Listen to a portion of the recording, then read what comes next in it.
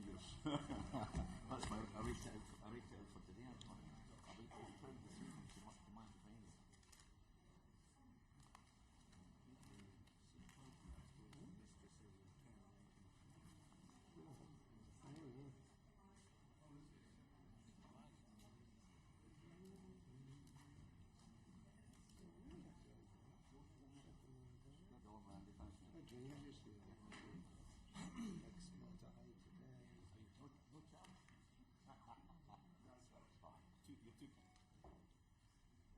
Order.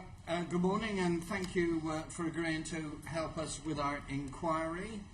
We've got quite a few questions and not much time, so I'm going to crack on. But before I do so, can I just ask you to introduce yourselves for voice transcription purposes, starting with you, Andy.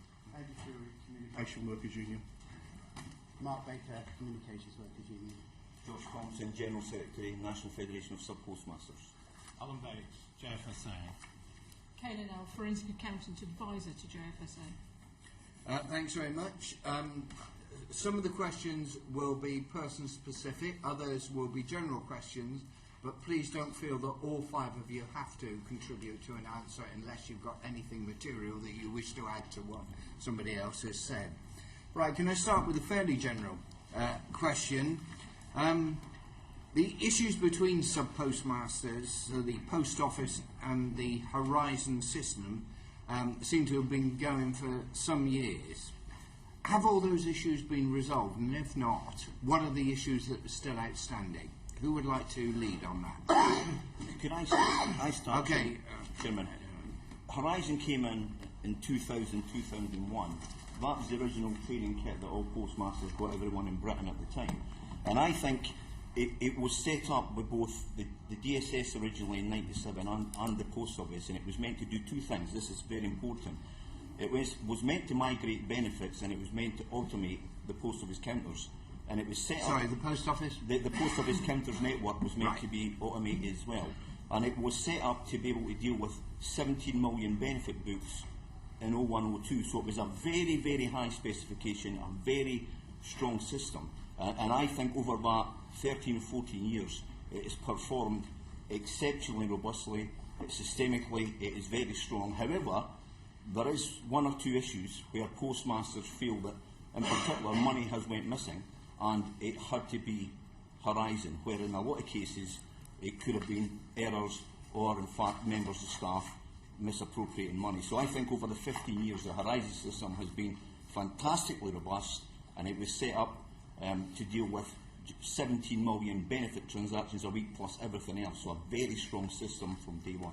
Yeah, but you said there were errors and it had to be Horizon, if I heard you Well, correctly. some people believe that the errors, for example, if a sub-postmaster happens to end up being £30,000 short, and I made this point to Pat McFadden many years ago when Pat was the Post Office Minister, the postmaster thinks, well, I know I never took that money, so it has to be a Horizon mistake. It has to be. However, that's the postmaster's point of view. However, a member of staff could have misappropriated the money or actually done the transaction wrong. And a perfect example would be someone comes in from a small business running a pub, and they say to the clerk in the morning, put £1,000 in the Horizon system, put £1,000 in my account. The member of staff inadvertently puts £10,000 in the computer. Now that member of staff is part of a team balance, so she doesn't have an individual stock.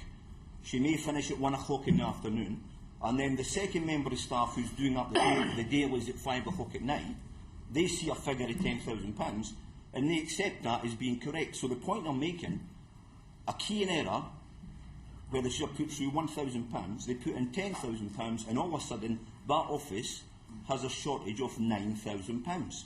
So sub-postmasters sometimes think it has to be Horizon, where in effect it's been mistakes by members of staff or misappropriation. Now I do accept, Adrian, that there is cases where some of the training could have been a bit better, but I brought this along. Every postmaster in Britain in 2000 and 2001, this is the original Royal Mail migration pack. This is my one because I was a postmaster then. This was filled with training materials So from day one, the Post Office have taken this extremely serious.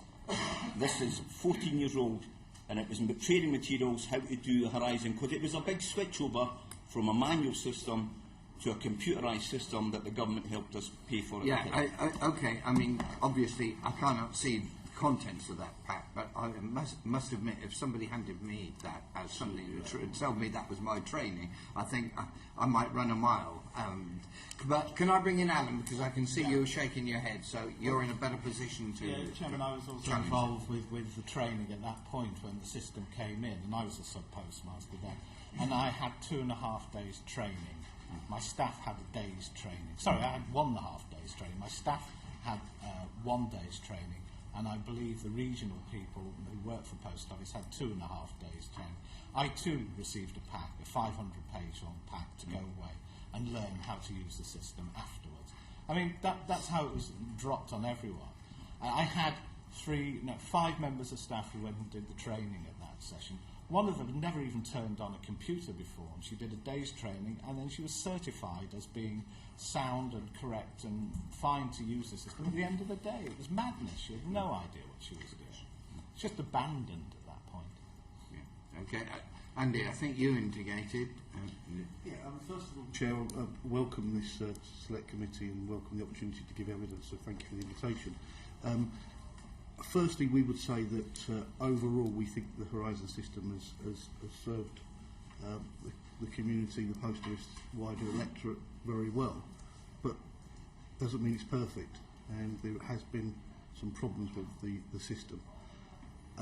Primarily from postmasters, particularly in small post offices where the technical support may not be so good, and where the electrical and telephony systems might not be as robust as we'd want it to be. We're not coming here to criticise the Horizon system. Indeed, it's on its way out now. I think its shelf life is near to expiry, and thankfully the Post Office is investing with taxpayers' money for new systems. So, I mean, that's a positive. Our concern overall is the hundreds of postmasters that seemingly have not had justice when they have been dismissed for irregularities that have not been down to them as individuals or their staff, and are seemingly a problem of the system. We were pleased that the mediation scheme was erected and set up, but we don't think it's delivered as it was envisaged in the first place. We're concerned about the pace of the process with mediation and the number of cases that seem to have fallen out of the process as well. So overall, we're not particularly happy with the way that the mediation scheme has been conducted. So your complaint is more about the mediation than the actual scheme? I think it's without question that there is some glitches in the system that's created some problems for some individual postmasters. And you put this into scale. There's 11,500 post offices and 30 or 40,000 Horizon terminals up and down the length and breadth of the country. So this is not a wide-scale problem, but it is a problem nonetheless for the individuals impacted who have lost their livelihoods. Okay, you've indicated, Kate, and I'll bring you in, Mark, if you want to. If you could just make it brief, because I want to move the questioning on a bit. Okay? A couple of points I think are pertinent. One is that when the Post Office moved to a computerised system in 2000-2001, they did not amend the contract between the SPM and the Post Office. So the individual SPM remained totally responsible for all gains and losses, but were no longer able to check each and every transaction because there were no slips, which meant that when a shortage or overage arose, when they tried to investigate it and ask the Post Office, my understanding is the Post Office had to pay for metadata from their contractors, Fujitsu, and there was an extreme reluctance to investigate each and every shortage or overage. When they made calls to the helpline supporting them, these were not dealt with or marked with low priority. I've done this from empirical evidence on a couple of cases. We're going to go on to this in a minute. So, but you asked if all the complainants were satisfied, and I believe none of them are. Okay, Mark. Apart from representing postmasters nationally, I'm still a serving sub-postmaster. I've been doing the job now for 27 years, and 10 years prior to that, I was working for the head post office. And Horizon was introduced for a specific purpose, mainly to fulfil the wishes of the DWP to have more automated process for pension allowances. Horizon could also do other things in its early days, but its basic requirement changed as the DWP changed their requirements, and the post office needed to use Horizon for more commercial reasons, and had developed application upon application upon application. They had more and more data centres talking to each other, exchanging information. It's a very chaotic, behind-the-scenes set of circumstances in IT terms. We've mentioned training. The training started off reasonably good, but as the system evolved, there was no backup training of any adequacy. Postmasters are just sent manuals and are expected to not only teach themselves but have to teach their staff as well. So training is a huge issue. Mr. Thompson alluded to human error. There will always be human error when humans interact with computers. But what has been systemic and has been consistent throughout Horizon's life is the failure to recognise that parts of the infrastructure could be to blame for some of these discrepancies occurring. And it's the Post Office's failure to recognise that they needed to drill down into each and every kind of discrepancy, whether that was a surplus or a shortage. It's irrelevant, it's a discrepancy. And it's this just refusal to look at their system and analyse, is it fit for purpose in the modern day? Is it independently audited by accredited IT professionals? Not supporting the postmasters, the ones that find themselves in the JFSA group, and looking into their cases. None of this has happened over the years that Horizon's been in life, and it very much is the core reason why we find ourselves here today. Okay, I think you partly answered the next question, but I'm going to bring Caroline in. No doubt she may want to develop it. So, as the Chairman said, I think we've kind of got your views on this, but really I just wanted to, in a nutshell, if you could say, the Second Sight's 2013 interim report gave a preliminary conclusion that there was no evidence of system-wide or systemic problems with the Horizon software. Can you just tell me whether you believe, yes or no really, whether you believe that this remains a fair assessment of the system's functioning? Personally, I don't believe that that's the case anymore. I think there is a lot of areas which have been highlighted since Second Sight issued their first report. I have the benefit of, because it was issued to one of my members, I have the benefit of reading their report that they prepare for the mediation scheme, where they are now highlighting lots of areas that have the potential to cause discrepancies. I think systemically the system is very robust, and I would just like to make a point that the CW quite rightly represent Crown Office staff. The Crown offices in the UK, there's about 330 or 40 left. Very busy offices. They do about 16% of all the volumes of work throughout the Post Office network, and it's been around that for the last 15 years, slightly more, 17-18%. And if there was a systemic issue, and we represent 70% of all Britain's sub-postmasters. The CW quite rightly represent most of the Crown offices and maybe about 100 postmasters. But if it was systemically faulty, there would be big problems in the Crown offices as well. I can't recall a single big issue where someone in Crown offices has blamed Horizon. And if it was systemic, it would be a nonsense to suggest that the only time there's computer faults is to do with independent sub-postmasters or franchise sub-postmasters, and yet there doesn't seem to be any noise at all has developed with the Crown offices over 15 years. And that's very strange, given they're doing 16% of all the volumes. If I may, Chairman, on that point, one of the few documents that has come to light in all of this is a report that was produced, I think it was a 2007-2008 report, an internal report from Post Office, where it showed the Crown offices lost £2.2 million across their counters that year. So Crown offices do lose money. I don't understand. I mean, the reason why JFSA was set up was because the Federation refused to admit to support sub-postmasters in any cases with Horizon. They never once took people or supported people in court cases or anything like this. I mean, they were just saying to people, right, you're saying it's a Horizon problem. Oh, I'm sorry. No, there's nothing wrong with Horizon. Post Office have told us there's nothing wrong. So that's why JFSA came about. And every one of our members there want their dues back from the JFSA, from the Federation, for their so-called support over the years, or lack of. I mean, it's really frustrating to have to sit here next to somebody who's meant to be representing sub-postmasters and hear them. It's like they're a paid position at post office. Can you just talk about sorry, the issues, not about personnel? I'm sorry, you just, I get frustrated by this. I will try and come back to it now. I'll leave it for now, okay? The only thing I'd add is that Horizon is actually the entire system, not just the information technology. It's the selection of SPMs, it's the training, it's the support for them in the system. And to say there's no error or anything that had to be put right, I'd like you to ask the Post Office in the next session what adjustments they've made to correct the errors they found, because there obviously were errors because of incorrections. Believe you me, we will cover all the angles. We don't need panellists to tell us. I beg your pardon, sir, but it's just a question of listening to a defence by the National Federation from the Post Office side, which, frankly, they're supposed to be representing the sub-postmasters who've lost their livelihoods, their homes, their money, their reputation, because of faults put at their door by the Horizon system. Can you just confine yourself to the issues that we're talking about? In response to the question that was asked and was put forward, the original report that you referred to there, a lot of water has gone under the bridge since then. I think there's far more facts to come out, which I'm sure you'll ask questions later on about.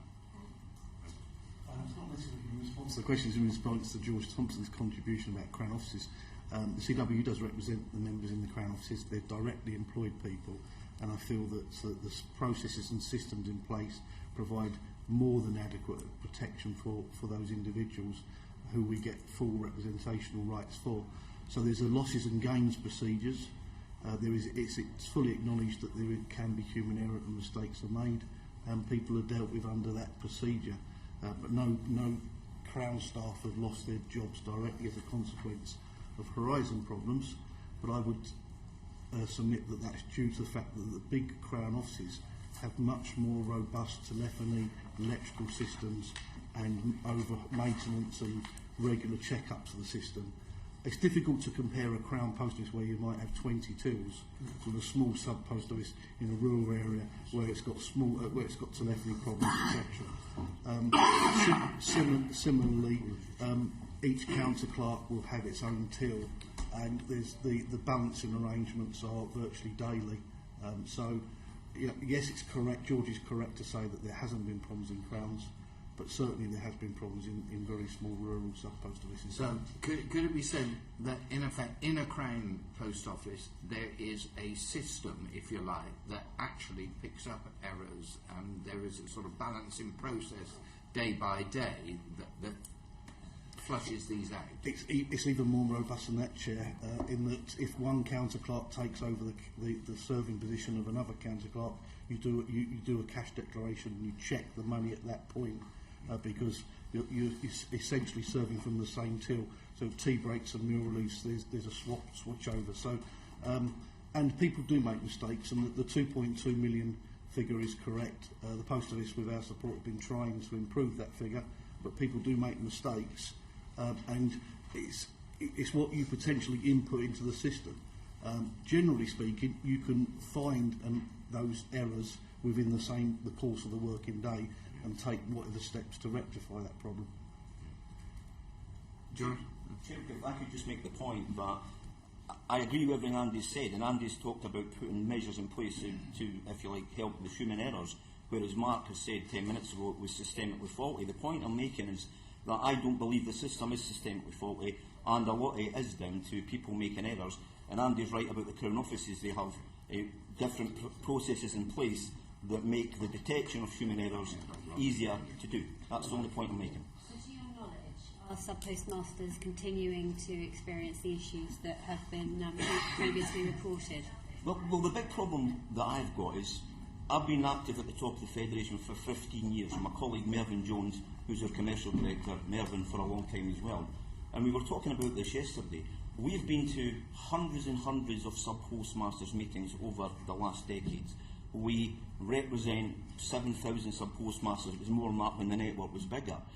There has never ever been, and if there was a systemic problem and you're doing 6 million transactions a day and 60,000 people using the system every day, it was 100,000 10 years ago when the network was bigger, we would be absolutely inundated.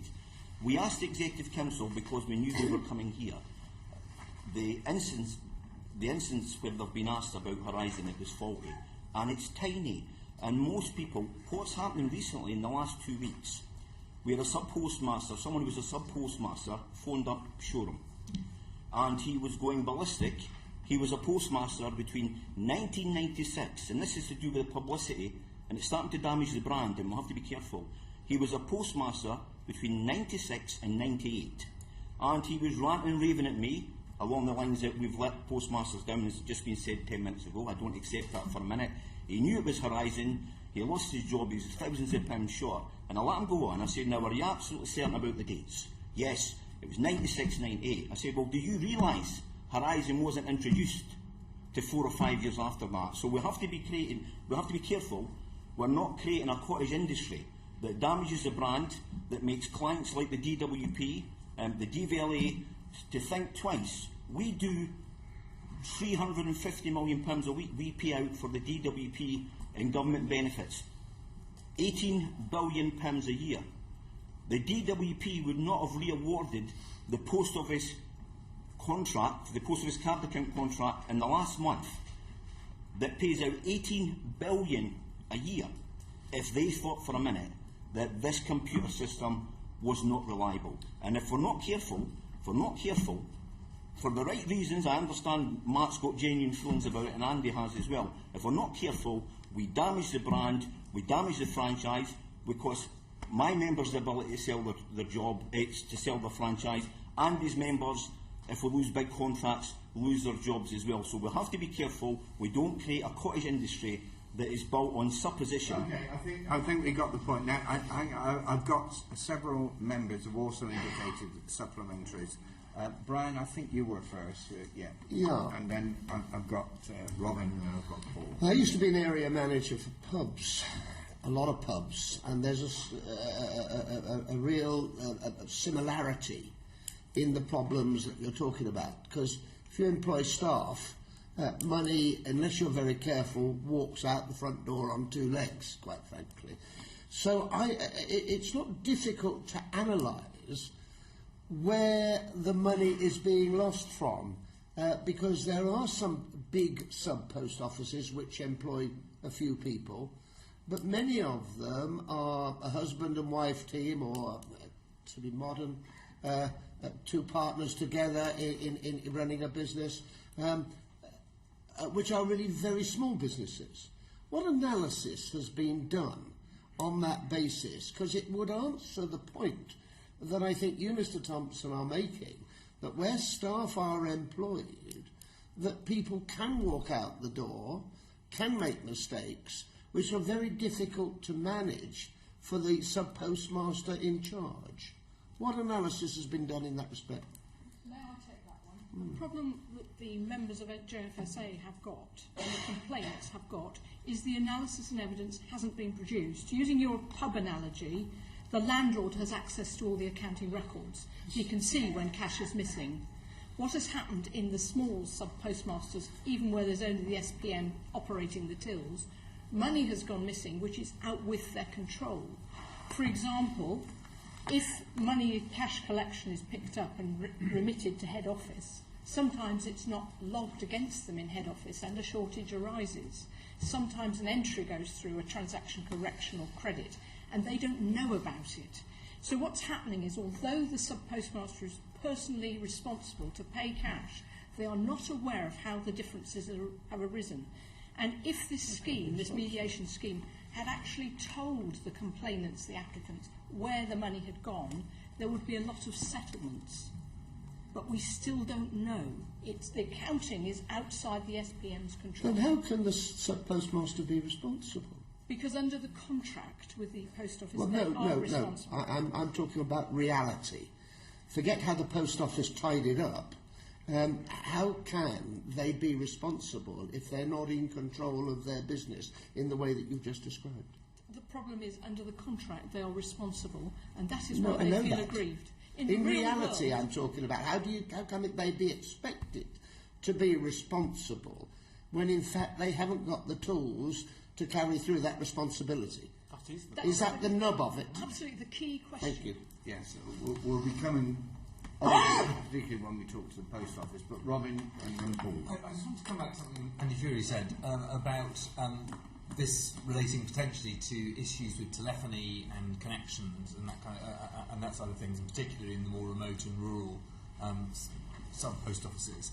Is that something that JSFA recognise as potentially part of the issue? And you're nodding. And if it is, surely that is something that ought to improve over time, as branches potentially get upgraded to telephony as we get the rural broadband. Is there any evidence that is being addressed through those types of upgrades? I think that's a question for the post office. We have evidence of historic failures. A lot of the connections on very complicated things like ATMs were done through a mobile phone connection, which sometimes dropped before both ends of the transaction were captured. Historically, that's the problem. I don't know what the post office have done to fix it, or whether they're working with British Telecom or some provider. But theoretically, we hope it would improve. Yeah, George and then Mark, if you quickly.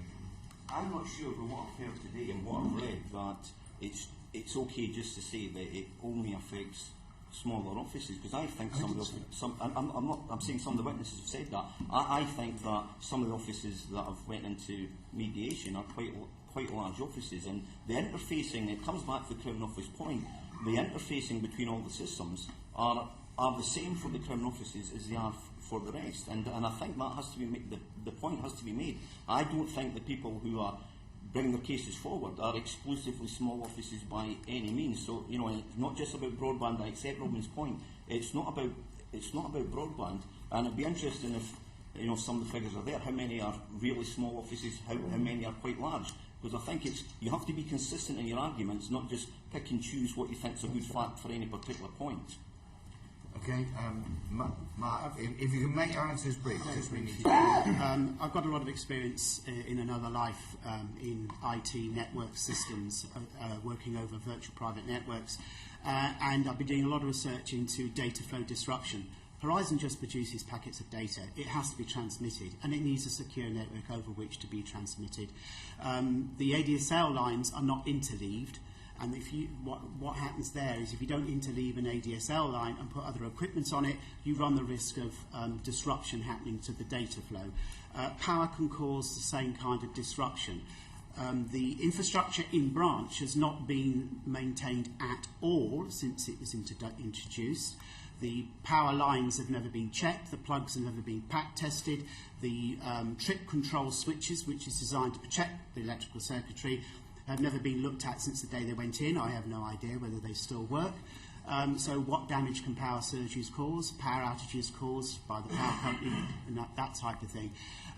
But it's the interaction of Horizon when it loses its ADSL connectivity for whatever reason and defaults to its modem is another area of concern to me, because we're doing highly encrypted secure banking transactions on a mobile phone chip.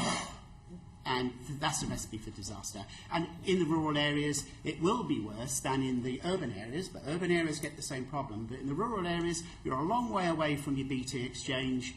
The signals are not always very good if you have to go onto the backup through the modem. And it's just a recipe for disaster, and this is just not my opinion. Second Sight have raised this as issues, particularly if you read the report that they provide to the mediation scheme. Andy, then I'm bringing in Paul, then I want to So, a lot less technical than that. First and foremost, look, the vast majority of people working in the post office network, irrespective of what the post office is, have great integrity and want to serve the public. Now, by definition, there's always going to be some bad apples in the battle. Now, thankfully, they're generally caught and they hold their hands up and they acknowledge that they've stolen money. But what's happened here is we've got hundreds of postmasters are saying they haven't done that, and money's gone missing which they can't account for, and they've declared those losses which they are then responsible for making good. Now, you're not going to steal money declare a loss that you then got to make good. Now, okay, there may be occasions when an employee of the postmaster might have stolen the money, and of course the postmaster can't be accountable for that person who's been dishonest. But the reality is, the contractual arrangements is the postmaster has to make good that money. And that, I think, is the root of the problem here, in that there's no proper procedure for being able to... Okay. And we've got some contemporary issues. Yeah, Paul.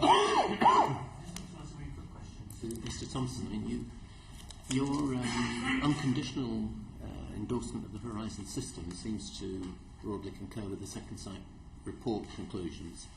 Do you also agree with their conclusions that the Post Office's response to the problems that emerged was unhelpful, unsympathetic, or failing to solve the underlying problem? I think when it comes to training, there could have been some better training. I accept that. But in my opinion, the three things have really happened. Training is one of them, and some people have just got a few things wrong. I think the second thing is there is... So you don't think there was a attitude, culture problem in terms of the Post Office's response, which is what Second Sight... Yeah, can I just... we are actually asking a question on this in a few moments, so I think perhaps if we could just move on. Mike, your question again, it has been partly answered. Do you want to add anything? Yeah, I mean, it's just very briefly to try and get a feel for the size of the problem, because we're talking in generality here that Andy, you just said hundreds of postmasters have had this problem, and how big is the problem? How many postmasters have reported? Mike, if I put it in perspective over the whole 15 years, at one time there was 100,000 postmasters and their staff every week were dealing with Horizon in terms of on the computers when the network was bigger. That's down to about 58,000. It's always been a tiny amount. And going on to Paul's point as well, to put it together, some of it is training. A small element is maybe a postmaster just never... As Stuart just said, we're coming on to that in a minute. So what I'm trying to get is what the size of the problem is. You said a small number. What does that mean? It's tiny. It's tiny because you're talking about something in the region of over 30 million transactions every single week, and it used to be about 60 million transactions. The question was, what number of postmasters are affected by this? Perhaps I can turn to somebody else. Tiny. During the period the scheme was open, the mediation scheme that was set up, during the 12 weeks we had 150 people apply for it. Since then we've had probably a similar amount who've been trying to get into the scheme, but it's closed. Before that, JFSA was going for maybe 2 or 3 years, and we had probably a similar amount again. But there are still people finding out about all of this all the time, so it is a growing number.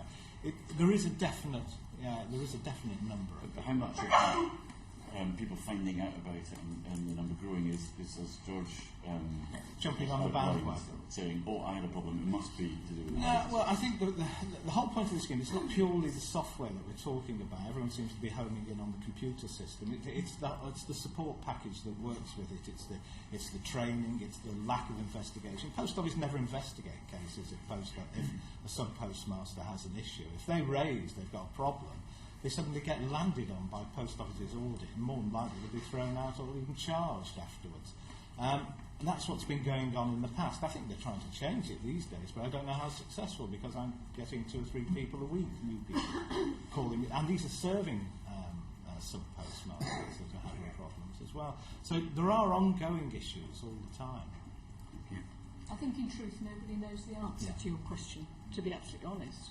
But if you talk to anybody who's served in one of these smaller independent SPM branches, you'll see there's a succession of people who've had problems with either the hardware, the software, the support, and unanswered questions as to why the differences arose, small or large. And it's that not knowing how the difference arose for which they're responsible that has frankly driven some of them to the edge of sanity. Okay. Got 100 in the mediation system and 150 roughly that you know about that you would have liked to. And there are more coming along. Yeah, we're going into the mediation system now. Can I bring in Paul? I mean, there are 150 in the mediation system. The information we've been given is that the vast majority of those haven't been resolved. There's 110 still in the system.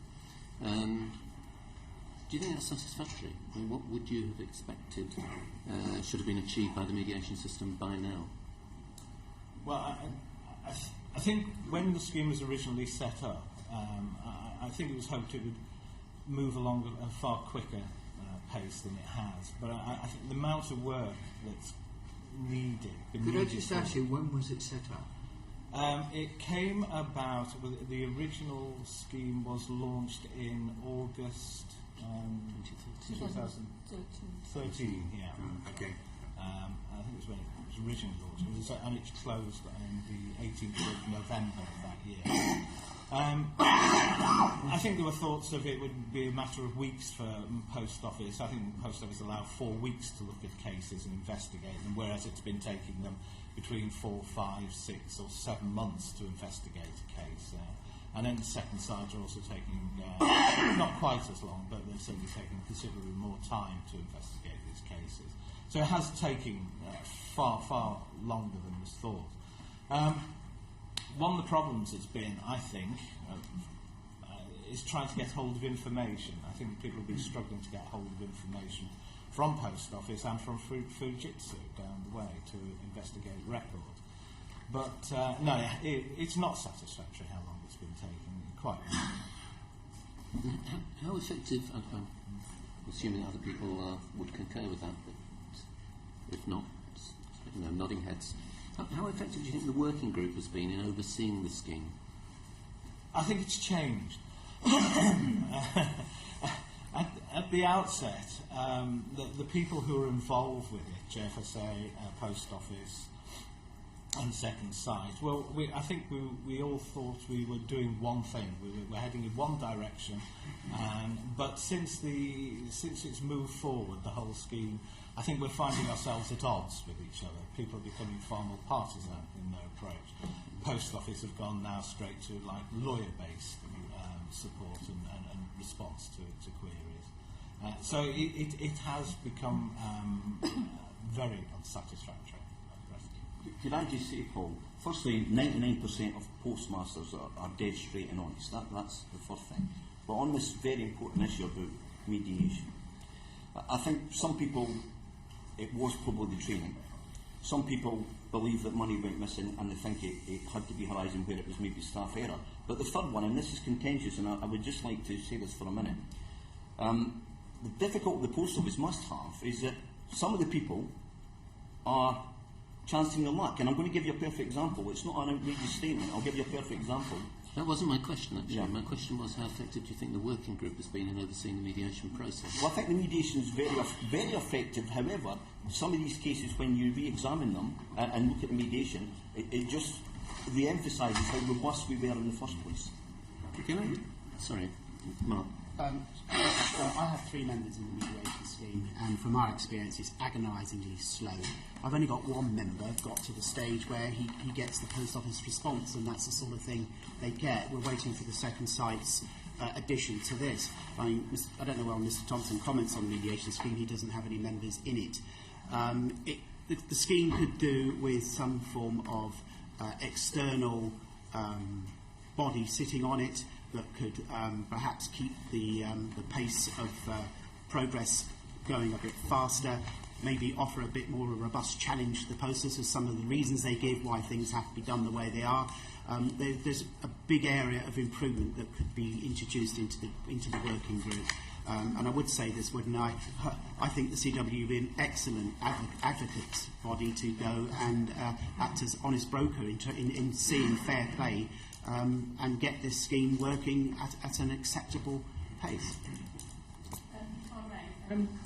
The reason the working group is not as fast at pushing the scheme through to mediation as it was is because some of the goalposts have been moved by the Post Office. When we originally started the scheme, and this is what was advocated to members at a training session in Birmingham in the summer of 2013, the idea was, once they were accepted into the scheme, the presumption was they'd go through to mediation fairly quickly, having raised their issues, allowed the Post Office to investigate and respond, and Second Sight to do an overview recommending it go forward or trying to fish out the bad apples.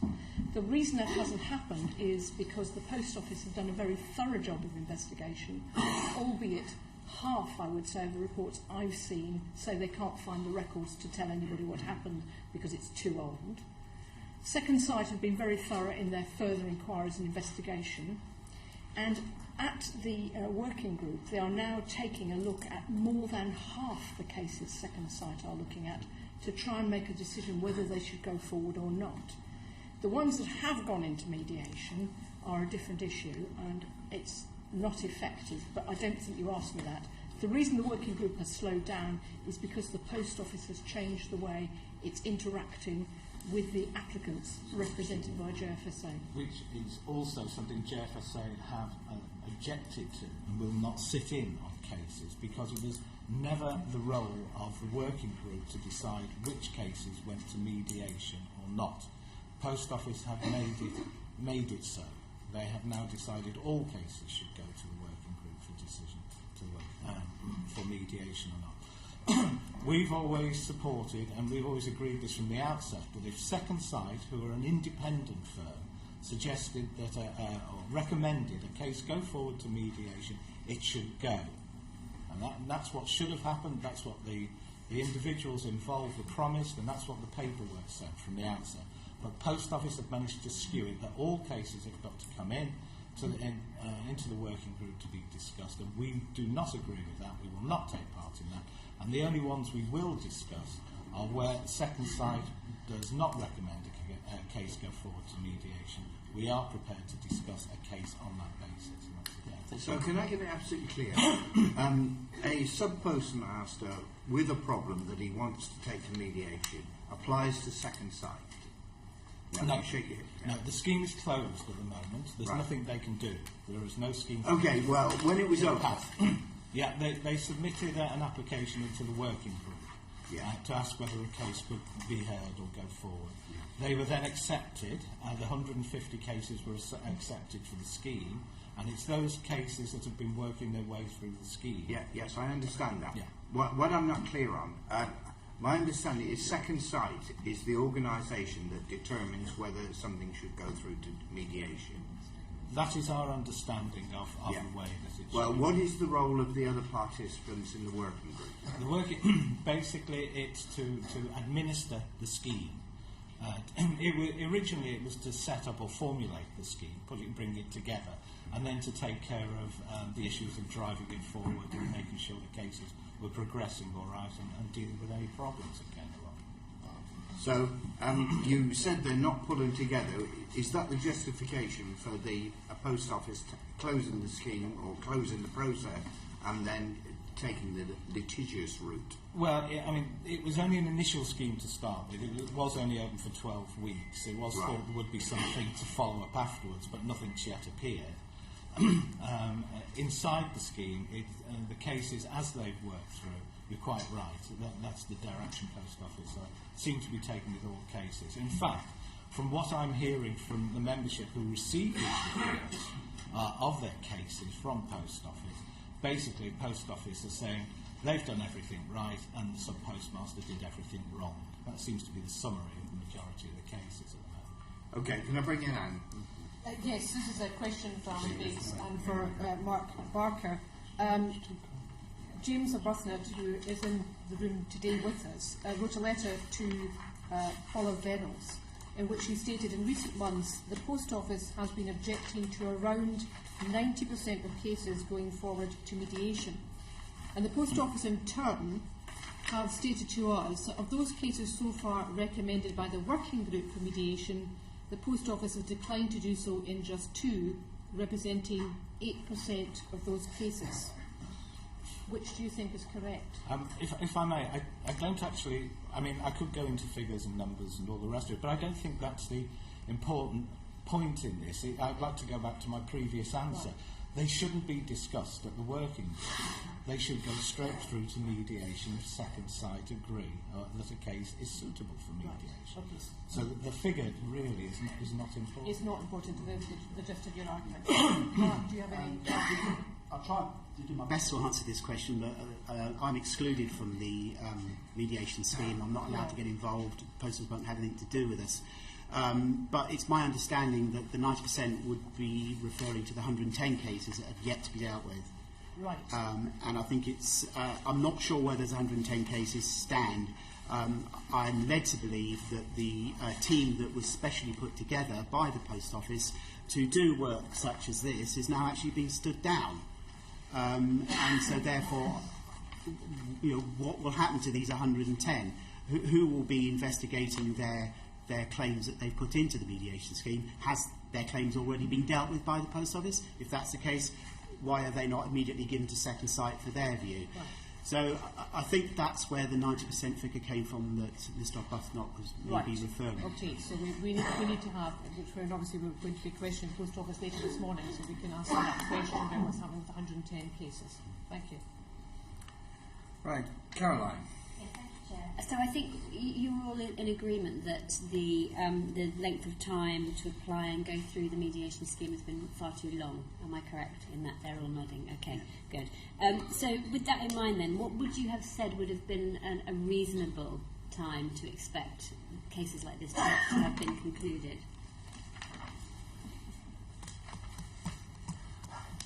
That's a very difficult question, because each case is significantly different depending on the age of the case, the size of the loss, what records have been preserved, whether there was a criminal conviction, whether a full investigation was conducted by the Post Office which can be produced and available for Second Sight to review. So every case has been substantially different. The Post Office have put people on their own internal investigation team to try and produce evidence, and Second Sight, as the independent reviewer, must be given a chance on each and every case to try and draw their own conclusions. So the delay has been in the quality of attempts to get to the facts. So I don't know what the answer is as an ideal time. Ideally for the complainants it would be very quick, but if you make it too quick you don't do the proper and full review, so don't know the answer to that. And in fairness to the Post Office as well, Caroline, is that when you look at some of these cases that they're very, very complicated, and also the facts don't stack up, and if you bear with me, I'll give you a perfect example of how difficult a particular case is, and I will name someone in this area because they were talked about at the Westminster Hall debate in December. And the cases, so we made the point before, there's some people who are absolutely genuine and believe that the money had to be Horizon and it was staff error, absolutely genuine people. But there's some people who, quite frankly, are spinning a yarn here. And Michael Rudkin was one of the ones that was talked about time after time. And I want to give, this is where it's difficult for me because we do our best and we help Michael Rudkin as well. Michael Rudkin was initially suspended in 2008, and this comes on to Brian's point. We got him reinstated because his wife admitted that the discrepancy, Michael Rudkin never said it was Horizon in 2008, his wife admitted she had taken the £44,000 and didn't tell her husband. So we got Michael reinstated. This is important because he claims it was Horizon now. So his wife stole £44,000, she admitted that. He was then reinstated because of the work that I did and others from the Federation. He was subsequently audited again in 2010 and he was £6,500 short. And it's only in the last year and a half that I've heard that he's now blaming it on Horizon. Never at the time. But the point I would like to finish on that point is Mr. Rudkin must be uniquely unfortunate when it comes to new technology. Because there was a robbery in his office in 2005, £50,000 went missing, and his CCTV camera was actually happened to be broken. So he's very unfortunate with new technology. I support genuine people, but there's some people are chancing their luck. And just to finish on that point... Yeah, but could I make the point? You are quoting an individual case, and that individual is not in a position to rebut anything. And I think, quite frankly, it's totally out of order. And I will check on the legal implications of what you've just said. Can I bring you back in? Are you finished? Brian? Yeah, thank you. It seems to me that this problem arises from the initial launch and familiarisation programme of a nationalised industry which didn't get it right. That's the truth of the matter. It goes back to when they initially put this into effect. So can I ask, did the Post Office, when they created this, set up special teams to give advice and training? Yes, they did, Brian. They did. And it took Hang them on, one well, and a half that's years. fine. Yes, they did. It is a good enough answer, thank you. Did they then set up regional help desks, and were they available to people? No. No regional help desks? National. So we're talking about a national organisation with thousands upon thousands of branch offices which expected this to be done by the issue of a pack, recognising that a lot of people who run post offices actually don't have English as their first language, or didn't. So this was badly planned right from the start. Is my conclusion correct? No. I don't accept it is correct, because we have trainers on the ground, the post office, and the post office used to have a regional structure in the UK as well. It's only in the last sort of 10, 15 years that we've... Forgive me, George, I've asked about regional help desks. I've asked, let me ask a third question. Recognising that the turnover of staff in any business is sizeable nationwide, what was the continuing help given to ensure that that staff were familiar? It's no good just familiarising it 15 years ago and then forgetting that actually you need to keep an ongoing training programme in place. I think, to be fair, the post office got it really right. Yeah. I mean, this is a massive programme on a large scale. When it was originally set up, there would probably be about 18,000 post offices in place at that point. But we've lost a lot of sub-post offices with successive governments. I mean, the scale of the volumes of the transactions, millions every day. Yes. You only got to have 0.001% of error, and that is quite significant on those individuals. So I think we need to put this into context. It is a robust system in many respects, but there is small errors. I understand the system is robust. You've given me that answer. It's the people that matter. They're the element where the problem lies. And it seems to me that wasn't properly, fully understood by the post office at the beginning. Can I take a vote in? Is that a correct view or not? Can I give you an example? No, I'd like to take a vote. Who has that as a correct view or not? What was the support and ongoing training good enough when this sizeable system was launched? Yes or no? Yes. No. Yes, it Two was. no. Okay. 4 no's. Thank you. I've got my answer. Okay. Robin. I mean, following up on Brian's point, actually, and following up on some of the points that James Arbuthnot raised in the debate as well about calls to the National Helpline not being answered, being dropped in some cases. If we accept that is the case, do you feel that Post Office has changed its approach and has provided more training, more support as time has passed? And do you feel that Post Office has improved things like the response to those helplines? No, I think it's got worse, actually. In that recently, last year, the helplines were moved to the Philippines, and I think that has brought with it some more problems. So I think Brian's point about it being originally set up not as good as it could have been, I'm more concerned about the contemporary problems that are going on at the moment.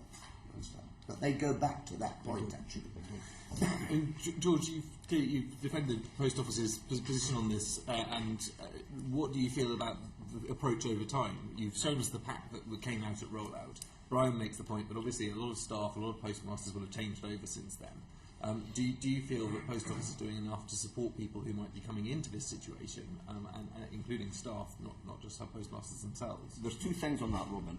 Firstly, postmasters know if your staff get it wrong, it hits you in the pocket. So there's two ways people get trained, and Brian was talking about ongoing training as well. You can go into a post office classroom, where if you're a new recruit, and you can get on the counter for a week or 2 weeks, or you get hands-on training at the actual post office by the sub-postmaster or his partner, and that is very rigorous. I think Andy touches on a very good point, and I have been absolutely critical with the post office internally over the decision to offshore the sub-postmaster's helpline to the Philippines. And it's a nonsense of a decision, and I'll criticise the post office when they're meant to be criticised. When a company's taking £160 million a year, a government subsidy, British taxpayers' money, to offshore hundreds of jobs or 30, 40 jobs to the Philippines is a nonsense. So I'll kick the post office up the backside when they deserve it, but on Horizon, they've done nothing wrong. Sorry, Kate. Just one point. You're talking about support to sub-postmasters. One of the critical things the Post Office has not done is produce a system where they have a genuine concern about a short or over a difference, so there is an independent third party who can tell them why it happened. People today are still getting shorts and overs on a daily basis, and they still have no clue why their accounting systems that they can see don't balance. And to my mind, that's the support the SPM on the ground needs today. Helplines are all very well, but you get a person on the end who may log it and mark it low priority. It doesn't help you. The person on... Sorry. If I could just tell you from a serving sub-postmaster who's live as we speak, should be back at the branch, I'm here. Training is generally received by serving sub-postmasters through the form of manuals. We call them branch focuses. They arrive every week. We read those to receive training and instructions on how to operate certain transactions.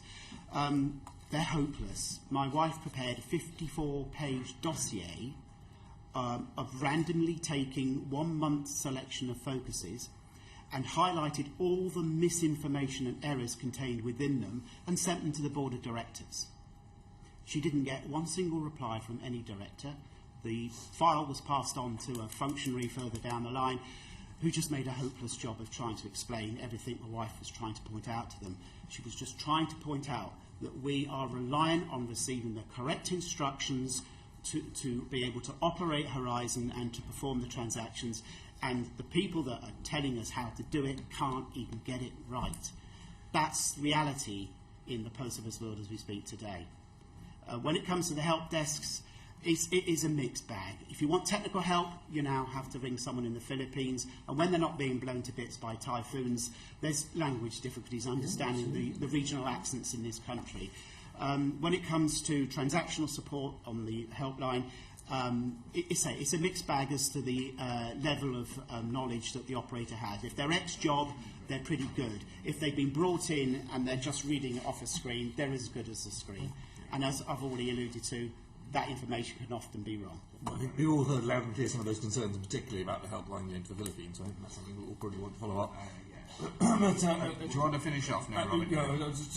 One thing the Post Office has done, obviously, it's offered financial assistance towards the cost of professional mediation advisors. How do you feel that has worked, and has that financial support been sufficient? It's been, unfortunately, it's turned out to be far too little. I think earlier we mentioned that the scheme, it was thought it was going to be a far shorter device. It was only going to take a matter of weeks for each stage to be gone through, and it's taken months and months. I mean, there is a contribution of about £1,500 towards the professional advisor for an individual. I did a straw poll of the advisors recently, and over half of them came back with responses, and they said that a more realistic figure, having undertaken the work now, is somewhere in the region of 5,000 to 8,000, possibly 10,000 on average for these cases, and that's without the mediation elements of it as well.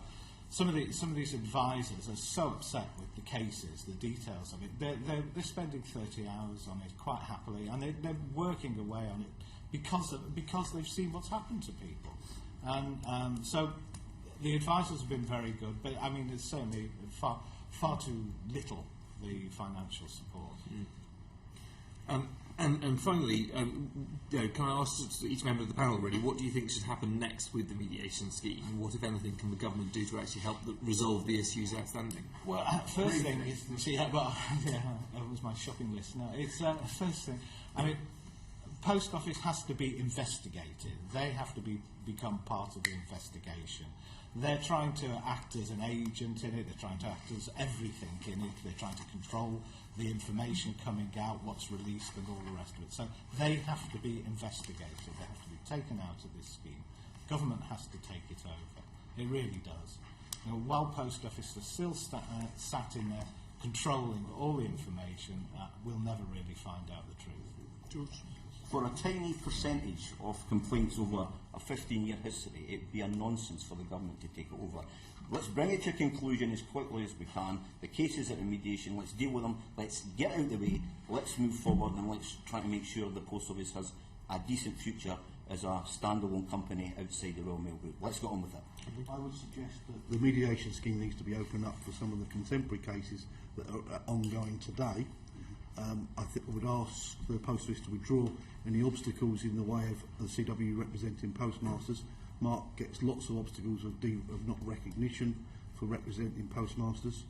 I think the filtering through the working group to stopping cases getting to mediation needs to be removed, and I think there needs to be some independence into the mediation scheme beyond the current people involved.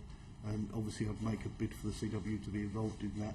I think it actually needs to be put on a more robust and a firmer footing with greater participation from all key stakeholders. Okay.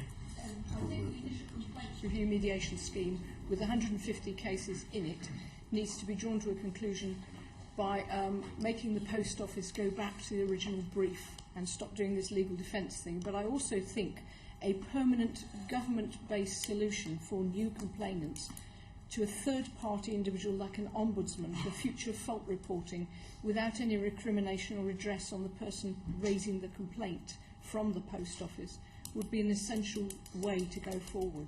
We need something for future complainants to do, albeit, you know, the MPs have been fabulous, but it shouldn't be necessary for somebody having a current problem to fall back on their MP and raise it in this way.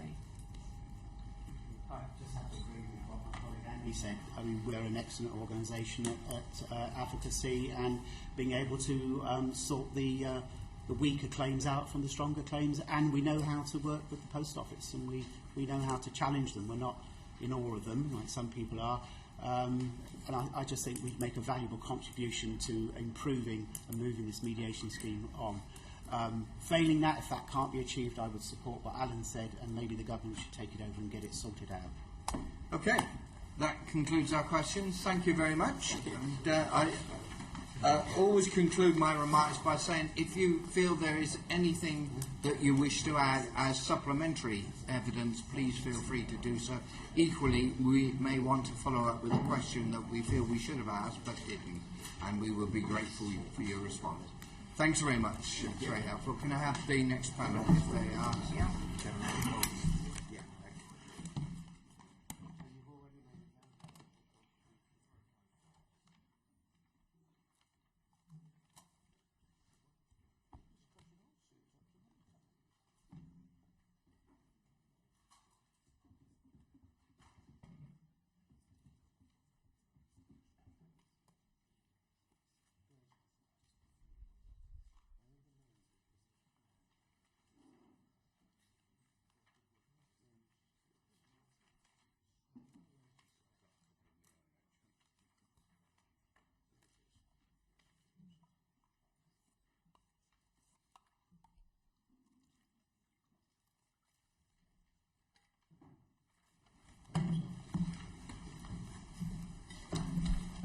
Thank you, and for agreeing to help us with our inquiry. And I'll repeat what I asked the previous panel. If you could just introduce yourself for voice transcription purposes. Angela Vandenborg, Head of Partnerships for Post Office. Could you speak up, please? I had difficulty in hearing you. Angela Vandenborg, Head of Partnerships Post Office. Thank you. Paula Reynolds, Chief Executive of Post Office. Ian Henderson, Chartered Accountant, IT Auditor and Expert Witness on Forensic Technology, Director of Second Sight and a member of the Mediation Working Group. Right.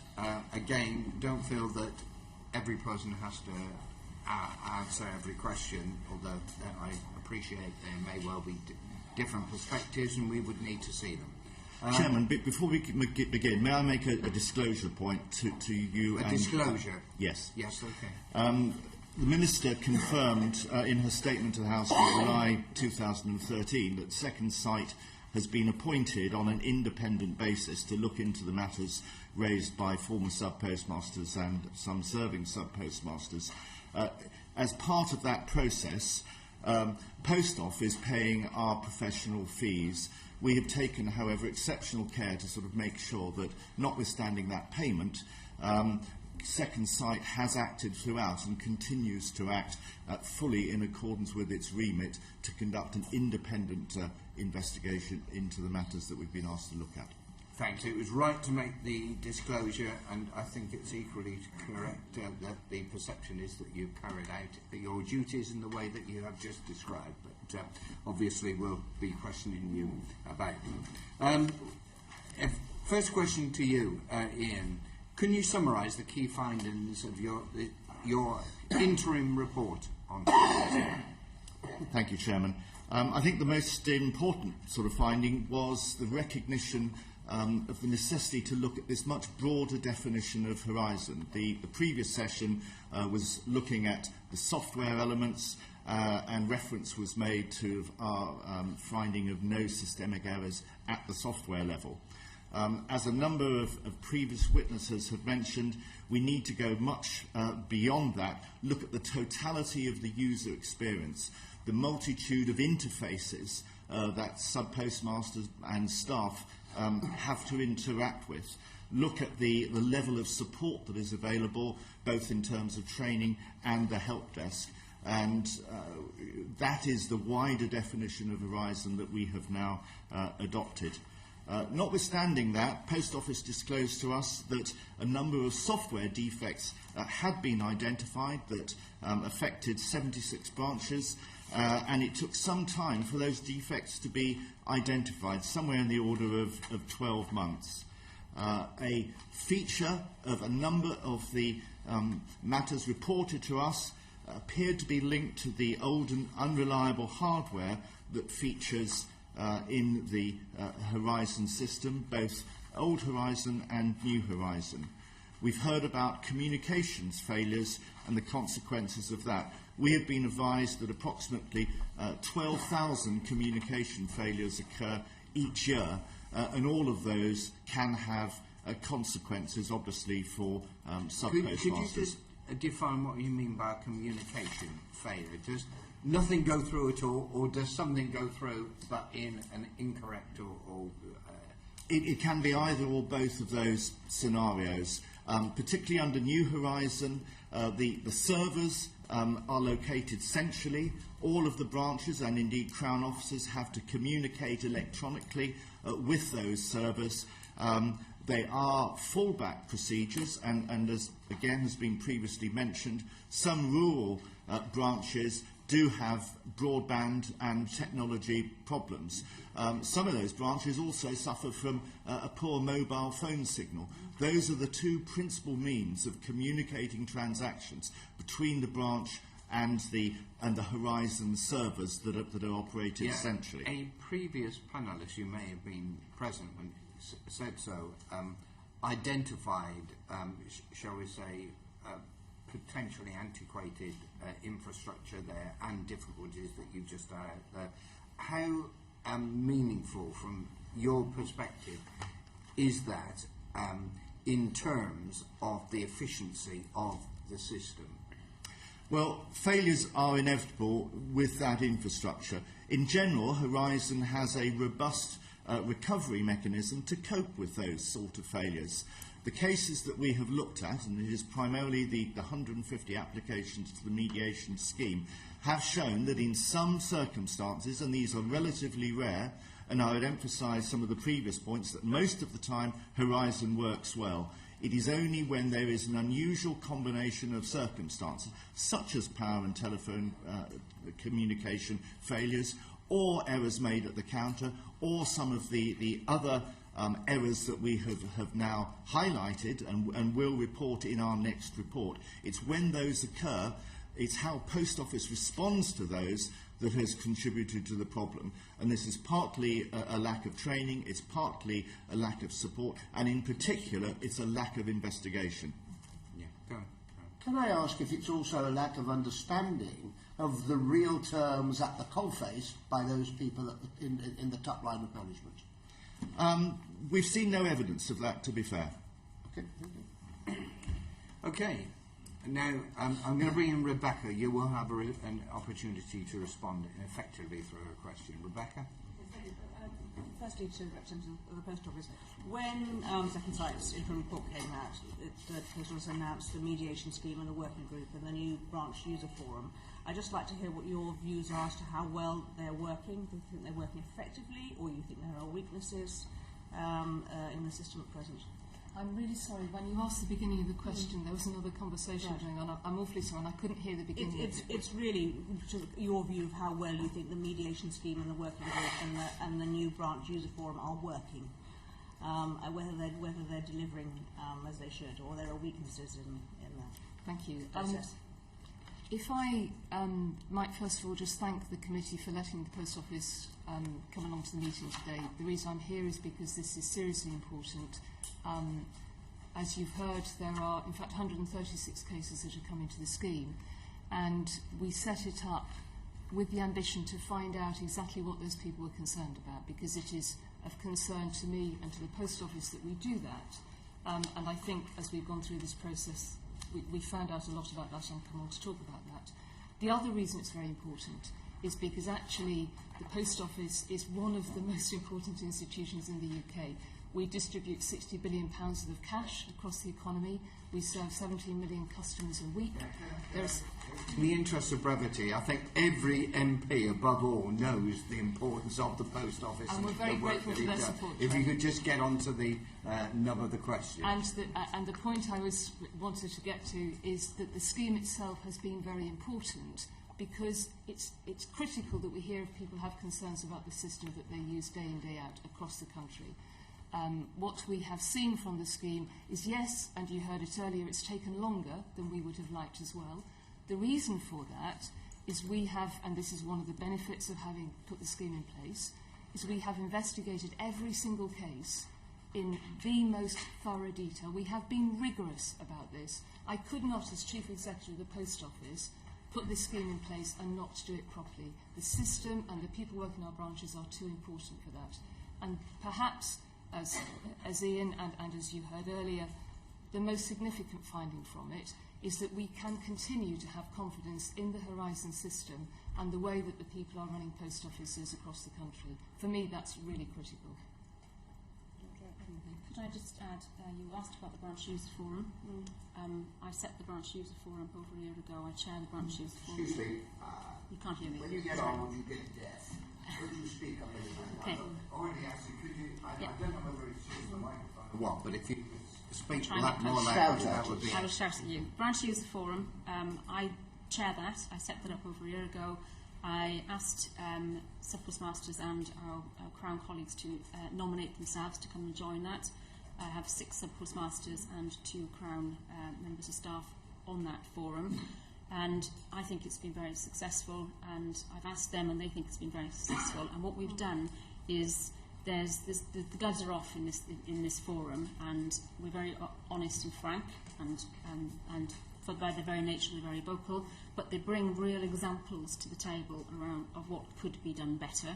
And as a result of that, we have made a number of changes to our processes, and particularly a couple of changes to how the Horizon system works to make it more automated, so that we reduce the risk of errors in branch. And so in a nutshell, it's been very successful to date. How do you respond to some of the criticisms we had earlier about, for example, the length of time it's taken to look at people's individual cases, the fact that the post office themselves is in control of much of the data, or some of the records are missing? So in response to the criticisms we had. If I could answer that. So I'm part of the working group, and I've been the post office person that's been in there from the start until today. As you heard earlier, the investigation, the whole process of cases into the mediation scheme has taken longer than we all anticipated it would.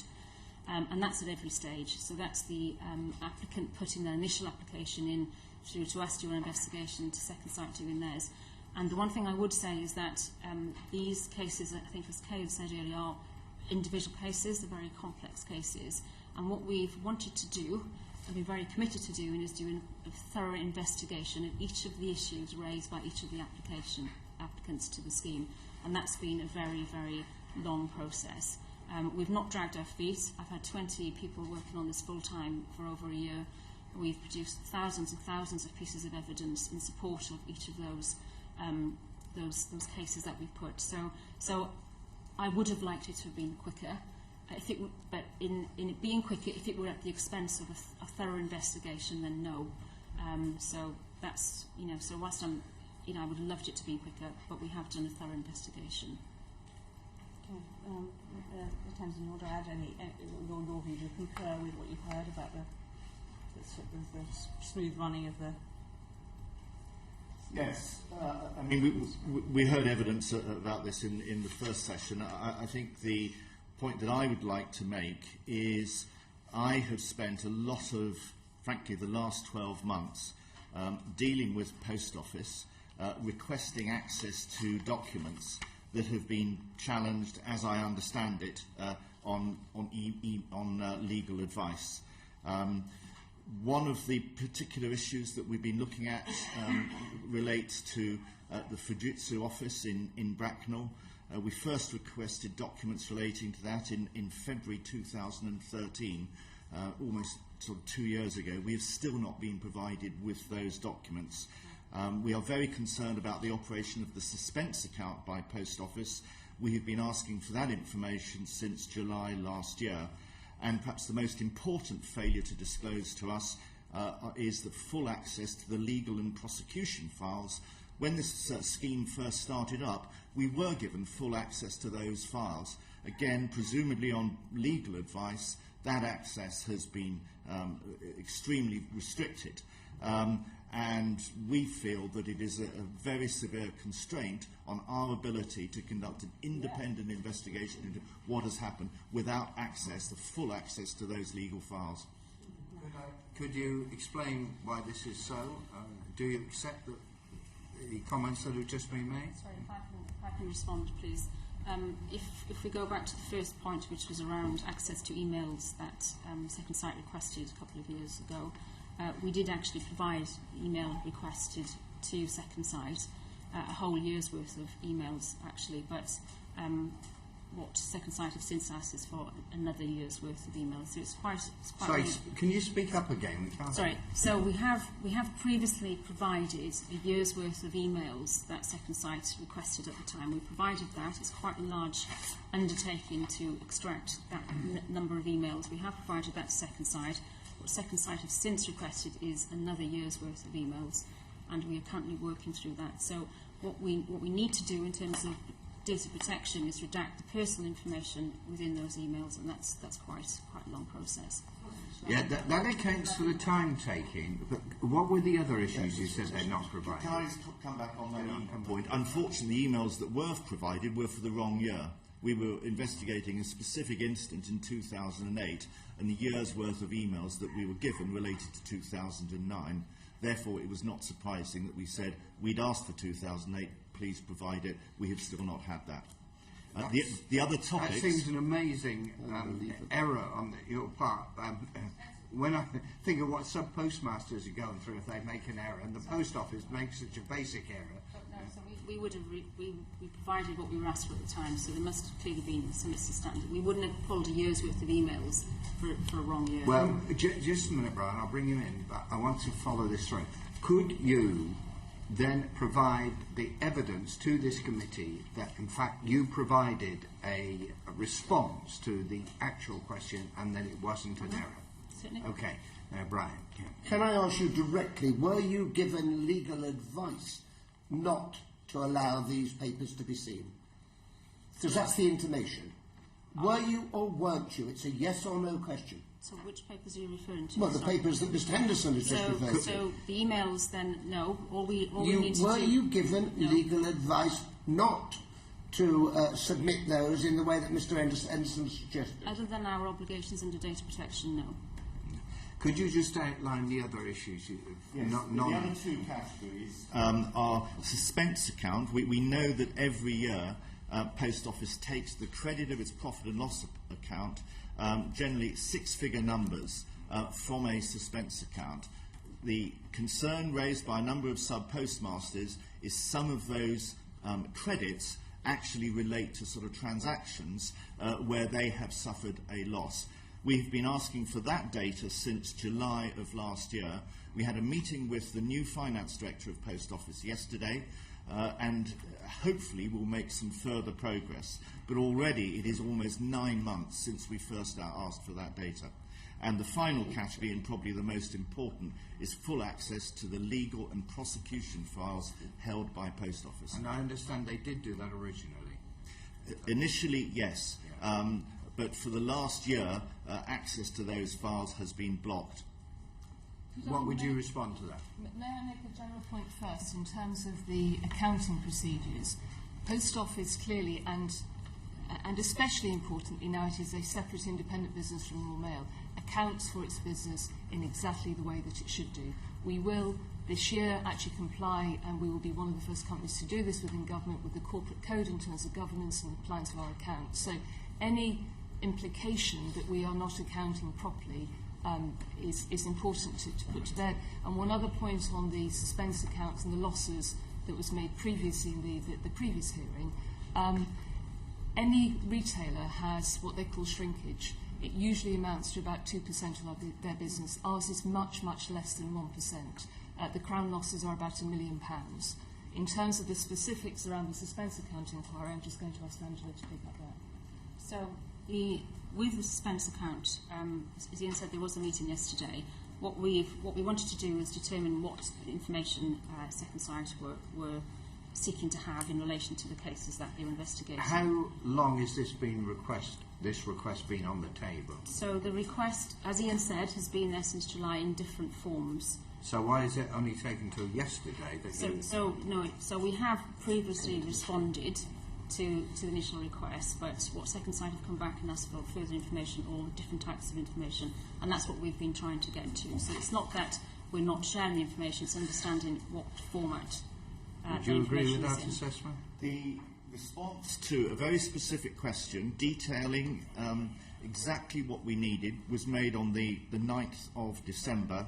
On the 5th of January, the response from Post Office was, it is a disproportionate request for information and cannot readily be provided, which we regarded as unsatisfactory, hence the follow-up meeting that we had yesterday.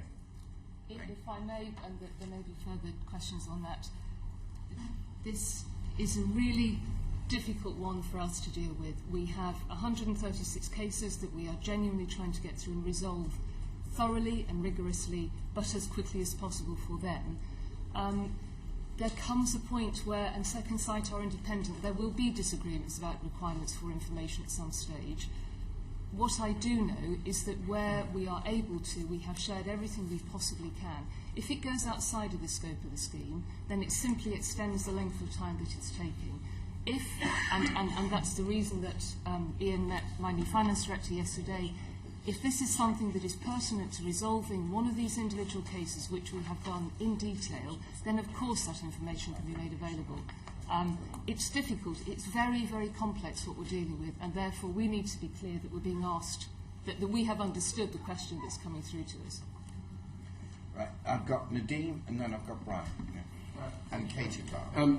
Mr. Henderson, did you ask for the emails from 2008?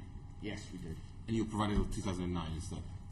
We were provided 2009, as we were told at the time, the first batch. Yeah. We were told there were some technology issues relating to the provision of the 2008 emails, but 2 years down the line, we still don't have those. But you actually asked for the correct ones? Yes. You're saying. Still don't have those.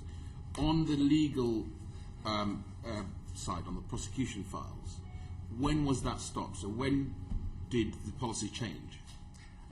We've never been told formally that the policy has changed. When we were first appointed, we were told that the principle behind what we were doing was to seek the truth irrespective of the consequences. We could look at anything that we felt as an independent investigator was necessary to conduct our investigation. Unsurprisingly, cases where that came into the early part of the scheme that involved a criminal prosecution, we were provided with full access to a small number of files.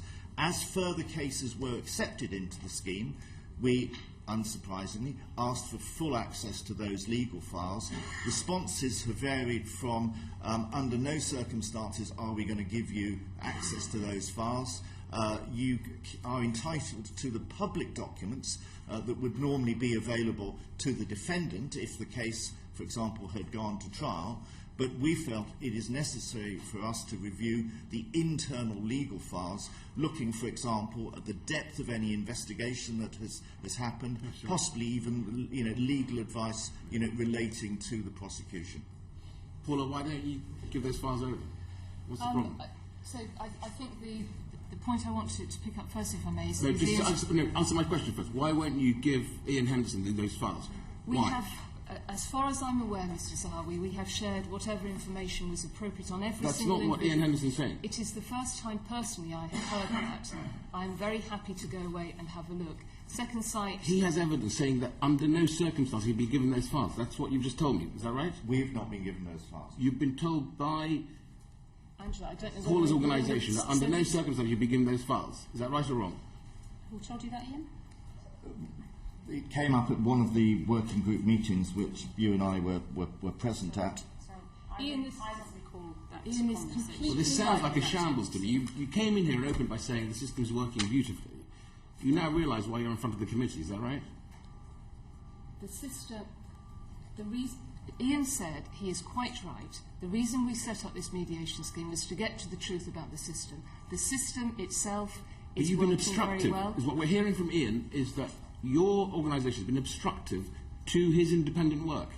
Is that right or wrong? It's wrong. We have provided for every single case detailed, thorough, independent investigation. They run to pages and pages of reports. There are, on average, 80 Right, let me just stop pieces you of here. evidence. But we've that just they heard provided. from Ian Henderson, who is independent and looking for this, that you have not provided the prosecution files that they think they should look at. Your files, not just what's publicly available. They need that information. Will you provide it? Yes or no? Mr. Zahawi, you have just heard it's the first time I have heard that piece of I'm just asking information. a commitment from you. You're the head of the organisation. Will you provide it? Yes or no? Simple answer. Mr. Henderson is a forensic accountant. He is not a legal qualified individual, neither am I. I'm just asking I'm you, not will you prepared provide it, on yes or no? behalf- I'm not prepared on behalf of the Post Right. Office. I've got my to answer, give so you won't- No, you won't you provide. haven't got your answer. You haven't heard a yes or a no. I'm simply saying that at the moment I'm not able to answer your question. Why? Because I do not know the details of the You situation. used to provide the information. You've stopped providing it. Will you provide it going forward? Yes or no? I am not aware what we have provided previously that we stopped. Angela has been involved daily for the last 2 years on this. She sits on the working group alongside Ian and Second Sight. Right. If there is a misunderstanding, Angela, will you I'm very provide happy it? to take If this your away, CEO Mr. can't Chairman. answer, will you answer my question? Will you provide the prosecution files as requested by Ian Henderson? Yes or no? As Ian said, we have previously provided them, and we have provided the information necessary for those investigations as a pack. So there's thousands of Okay. pieces of information already provided to Second But Sight. we've heard already that he has been obstructed from getting the files, the legal files that you use internally, which he used to get before, right? That is what I've heard. Yes. Will you now commit to providing those files going forward? So, yes or no? So this has been. So we have provided them to Second Sight early in the investigation. Right. That's Will been you 2 go years. forward to provide? So if you just let me finish, please. We have been working with Second Sight over the last few weeks to get to an understanding of what we need to provide. We are working through those, and information has been flowing. So you don't understand what you need to provide? So what we agreed at the outset we would provide, we have been providing, and there are some cases that actually Second Sight have concluded their investigation on that basis. And what's been asked in the last few weeks is access to further information that we weren't providing on the agreement that What we he's had. asking you here, there's no wriggle room here, is to provide the prosecution files going forward. Will you commit to doing that? That's all I'm asking. So what I'm saying is we have already been exchanging that information over the last few weeks. So you have been That's providing it? We have been providing that over the last few weeks. Is that right, Mr. Henderson? No, it's not. I'm sorry. Thank you very much. Two things. First of all, what is to prevent you from providing that information that has been asked? And secondly, Paula, as you are the senior person here, the buck stops with you. I find it quite astonishing that such a process in something that is so both politically and socially sensitive, you do not seem to know anything about. I know a huge amount about this. I know the really important things about it, which is we are talking about a small number of... With respect, we're talking about legal files being handed to the person that you agreed would, in fact, I believe, is effectively contracted by you to carry out the investigation. I would have thought that was a pretty significant element of the process. What you've heard is there is a huge amount of information that is being exchanged. There are thousands and thousands and thousands of pieces of evidence in every single case that is being exchanged. But he's just asking for the legal files. May I make my point? Because I can answer your question if you allow me to. I will allow you to, but I'm not sure that you... somebody's just asked for legal files. Why don't you just give them and let them make the... And you have just heard that we thought we'd provided them and that Mr Henderson thinks we haven't. I will give you my reassurance as Chief Executive that I will look into this and we will get back to the committee and let you know. I am simply caught in the middle of two different views. I can't take a decision on something that at the moment... It does stop with me, and also, therefore, as Chief Executive, I'm responsible for the reputation and what happens for the post office. I've got Katie first and then Brian wants to go in. And in reference to the Register of Members' Interests, I'm a member of the Communication Workers and Union and chair of their parliamentary group, and they're obviously heavily involved in this issue. And just to sort of follow up the point that's been made, I mean, unless there is a legal reason not to provide information to Mr Henderson, will you give it to him? And that's exactly what I'm trying to say. I don't know at the moment because I don't know the issue that's being raised. I'm very sorry that I can't answer that. There is much, much more detail that has been exchanged between us and Second Sight. I'm very happy to look into that, and I will get back to the Chair and let him know. On the mediation scheme. You really should have known before coming to this committee. And if I may in response, if Second Sight and the independent chair of the working group had raised that with me, I would have been able to answer the question. It was I have been told that we're providing information. I give you my word as the Chief Executive of the Post Office that I will look into this properly and I will give you the answer. Okay, there seems to be communication problems within your administration. Katie, I'm bringing you back in, then Brian, I'll let you. On the mediation scheme, is there anyone with an IT background on the mediation scheme? The mediation scheme is the scheme where the individuals go into... I understand, but can you answer the question, is there anyone on the scheme that has an IT background? When you say on the scheme, it's part of the working group. Yes, as part of the working group. No, there's not. Are you aware that that's a major criticism? Yes, I am. And is that something that you are able to address at this stage? So what we have done for each of the 150 cases that we have now concluded our investigations, where there have been IT issues, we have looked into those and taken the right advice from our IT experts within the business. Yes, we have. When we come back to this later. Very quickly. I asked you a very specific question about whether you had been given legal advice not to show certain pieces of information within your organisation. You said, no, you had not. You intimated a few moments ago that, in fact, the reason you're not giving, or you may not have given, matters because it was Data Protection Act. That would be legal advice. I put the question to you again. Have you had legal advice not to show papers that have been requested of you?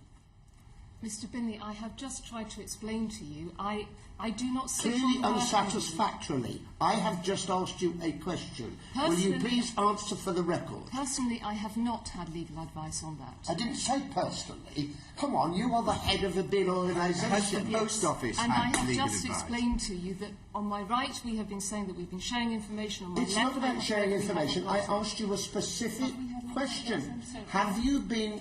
because you mentioned Data Protection Act. So you mentioned a matter of legality. I am therefore putting the question again. Have you been given legal advice not to give over certain papers? Yes or no? So, data protection is something we don't take specific advice on data protection for this particular matter. Data protection we comply with as an organisation all of the time. It's applied by many people in many different ways, mostly without any foundation, legal foundation whatsoever. So let's be clear on this. I don't want your nonsense, quite frankly, because I'm hearing too much of it. Let's be clear on it. Have you been given legal advice not to hand these papers over? Yes or no? So, with the issue of data protection, yes, we would need to redact any information. And that's not nonsense, Mr. Bingley, that's... Forgive me. I've been around long enough to know how many people hide behind the Data Protection Act. And everybody in this room knows that too. So let's talk about fact.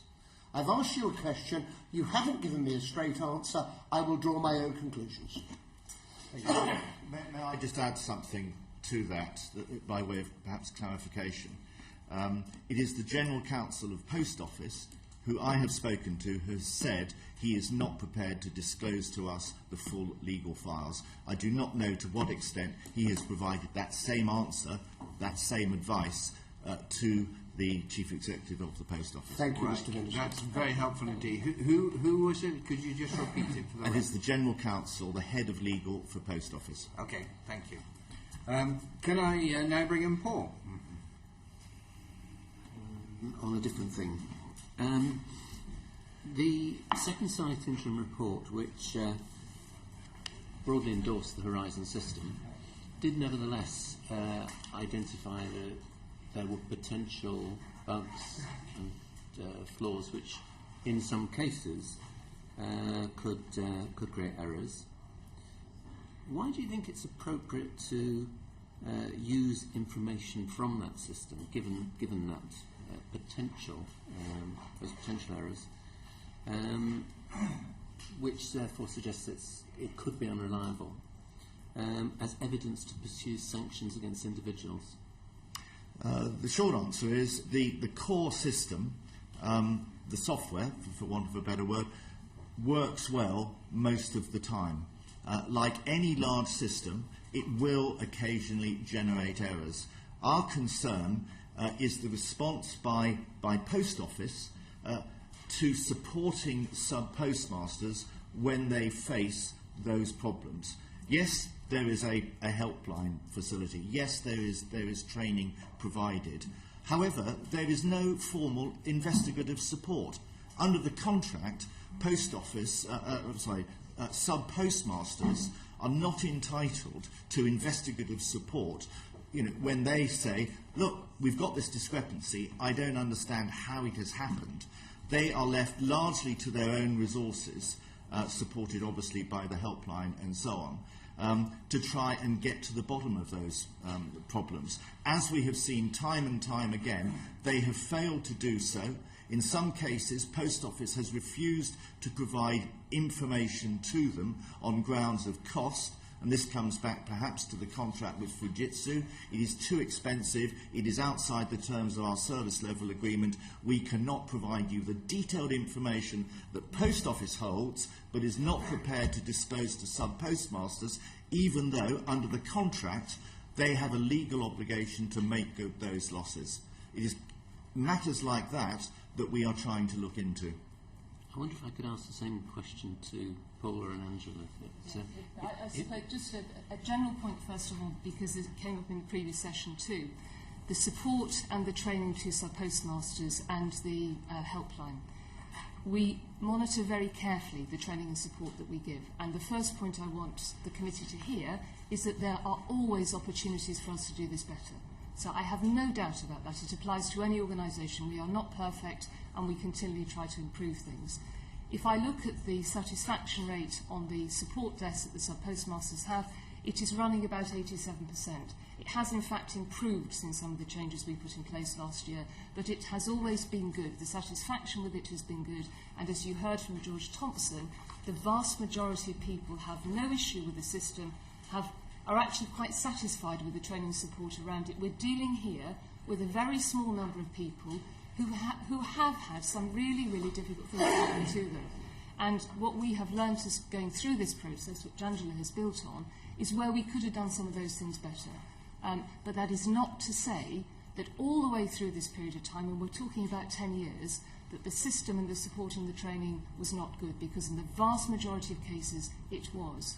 Now, Angela will come on to tell you about what it is we've done and the changes that we've improved. Can you say on that? Because that wasn't the Second Sight conclusion, was it? It was that actually there was an appearance of that the support was deeply flawed. And if I could just share with you, because there's an appearance of a culture of denial about problems, and if I could share with you a case from my own city in Sheffield, a sub-postmaster who raised with me a long-standing business customer who had deposited £4,500, had a receipt to say that there was £4,500 deposit, but her bank statement showed £200. Now, this customer came in to see the sub-postmaster, who printed out the transactional log, and it was evident that it had jumped on one. She rang and the crucial point is not that, but she rang the helpline, who said that this was a rare problem, but they were familiar with it because it had happened previously. She asked them to rectify the customer's transactions and let them know that the error wasn't hers because of her reputational damage that she would face with one of her significant business customers. The response she got from the helpline was, it wouldn't be helpful to let customers know that the computer system had a glitch, and that they were therefore unprepared to do that. As a result of which, she lost that customer, actually transferred to another sub-postmaster. But nevertheless, it had damaged her business in that way. Now, that seems to reflect the sort of culture of denial about problems, which does seem to be a theme that's coming through from much of what we've heard. Sorry, in terms of the culture piece, first of all, the reason that I came today is because I really wanted the committee to hear that that is not the case. We put this scheme in place because we wanted to find out what was going on, and inevitably, because of the distress that has happened to people who've gone through it, they are very, very vocal and very challenging, quite rightly so, about what they've been through. And as we've gone through the investigations, we have looked at where there are things that we could improve, and there were things we could improve, absolutely. The only point that I'm trying to make is for the committee to hear that for the vast majority of people, so 70,000 using the system today, half a million over the last 10 years, have not had those problems. So I'm not denying at all that there are problems. Of course there are in any organisation. But what I don't want to do, and it's the point about the reputation of the post office, this is a system that works well, and it works well for the vast majority of people. For those it doesn't work for, we are doing our utmost. I have worked for huge businesses before. I haven't worked for any that could have done this as well as we have in terms of the rigour and the detail that we've gone into to try to get to the bottom of what it is. Well, I think we've had considerable evidence from all involved that the system usually, overwhelmingly, works well. But the focus of this inquiry is how does the post office handle those small number of cases where it doesn't? Yeah. Sorry. Can I just answer a few points you raised? So, firstly, the information that the sub-postmaster needs to balance their accounts is available in branch. There has always been an audit trail in branch, and the reports before we went onto the online system in 2010, those reports were available for a period of 42 days, so they could look back into their accounts for 42 days. Since 2010, that's extended to 60 days. So the information has always been available in branch. Difficulty with some of those cases is that they did not declare their loss at that time, and in some cases where they've hidden the loss and falsified that account, then that is only later that we've discovered that error had occurred, and therefore those reports in branch have then obviously time expired. On the point around if a branch finds it has a large loss, an explained loss, the first port of call is for them to ring the helpline, and there is a process in place for them to be able to help them remotely. If the helpline can't solve their problem at the time, it goes to another team, a branch support team, where they've got a bit more expertise, they can dive a bit deeper into the information, and if that fails, we do actually send out somebody to visit branch to see if they can help them in branch. So that process is in place. Looking back over the cases that we have investigated, in some of those cases we could have done that a bit better. So it's not that there's a culture of denial here. I've personally been involved in each of those 150 cases and got to the detail. And where that has been the case, and it's only in a handful of cases, we have absolutely said we could have done better in those cases. So I can't accept that we're in denial of that because we are looking at, in the other cases where the system doesn't work as it should, and you talked in the earlier session around telecommunications problem and loss of power, the system is designed to cope with that. So if there is a loss of power or loss of communication mid-transaction, none of that data is lost. It freezes in time, and when the system comes back on, the screen asks the user to give it some information about at what point of the process with that transaction were you. Did that transaction complete? Had you given money? Had you taken money? And that recovery process, as it's called, actually resets the system to that moment in time. So no data is lost. Yes, it's inconvenient. Yes, it's frustrating for branches and sub-postmasters and assistants who want to serve their customers, but that does not cause the discrepancies that we've been claimed it has. But it does, but it doesn't do that. Sorry, do you want to comment on that? A couple of points made by Angela. She's quite correct on the numbers that she's quoted, referring to the audit trail available to sub-postmasters. For a long time it was a limit of 42 days and so on. Unfortunately, the transaction corrections, the TCs that they are asked to accept, and if they do, often generate losses for that branch, for that sub-postmaster. At the time that the audit trail was 42 days, the delay in producing the TC, the corresponding to TC that they needed to investigate, was in the order of 3 months. It was 3 months late, and therefore outside the 42 days of the audit period. That, I would argue, is another example of a systemic flaw in the overall process, because we've got a mismatch of the TC, the adjustment being made by Post Office, compared with the audit data that is available to the sub-postmaster. Secondly, on the culture point, until we issued our interim report, the mantra that we regularly heard from Post Office, everybody we spoke to in Post Office, was Horizon is perfect. We have total confidence in the Horizon system. That position is slowly changing.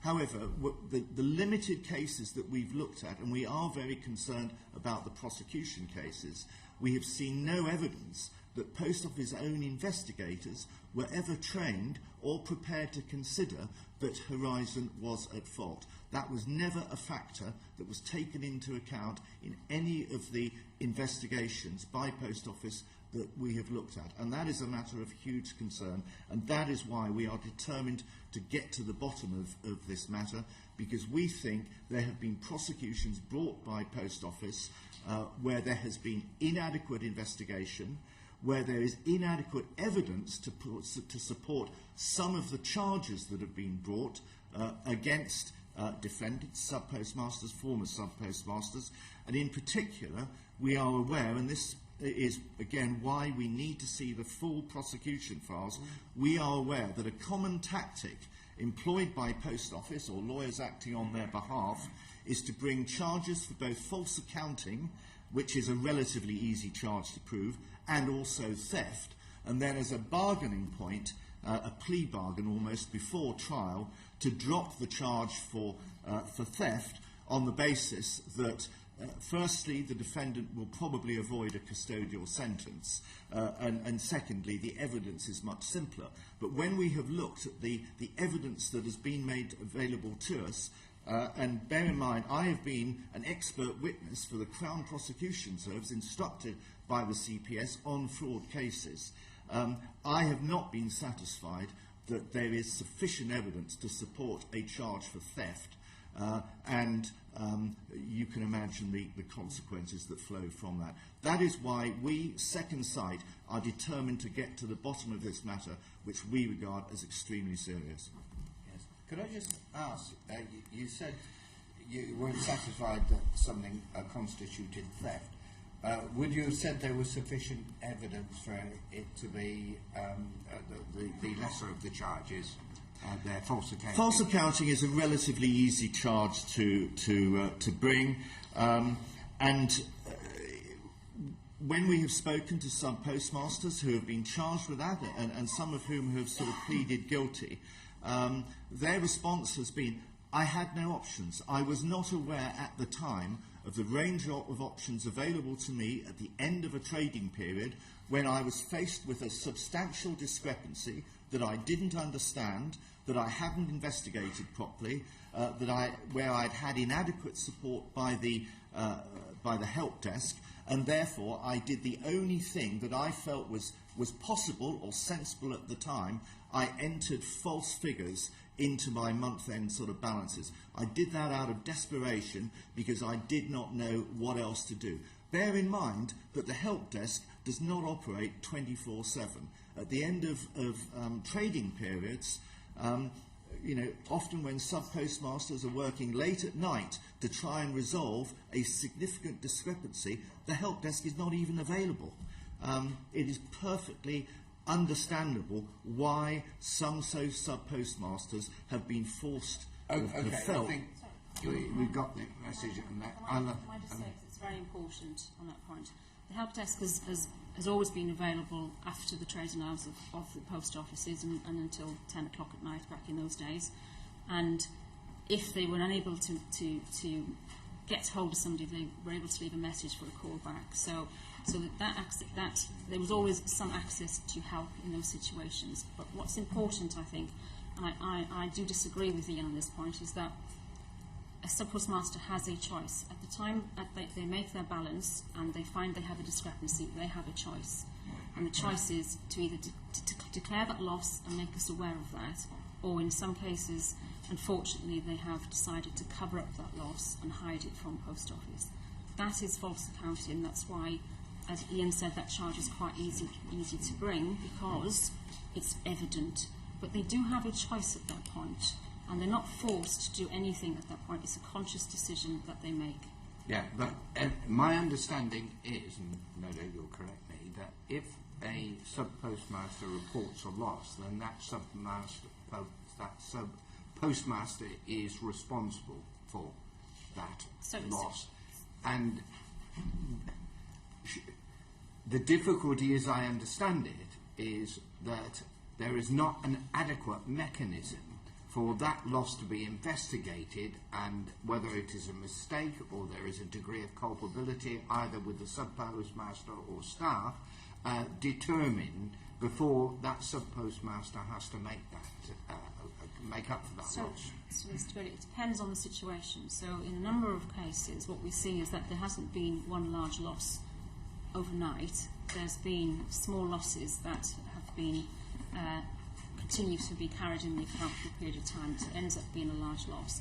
The point I'm trying to make is there's a choice here. At the point at which that's a relatively small loss, then that they can raise that with us, and have been able to do that, and we can talk them through and help them look for that. So the helpline has the experience to be able to talk sub-postmasters and branch staff through where that loss might be. So if the loss is within the account system, it would typically come back as a transaction correction, as what Ian referred to earlier. He referred to them taking 3 months. They don't normally take 3 months. There have been occasions where there's been a bit of a backlog, and we've worked through that. But a transaction correction normally would come through quite quickly.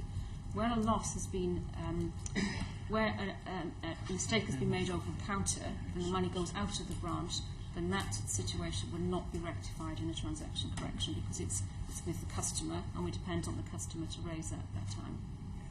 Can I just also ask, earlier, and I think I've got this right, the helpline has been outsourced to the Philippines, and there were comments made about a script-type response.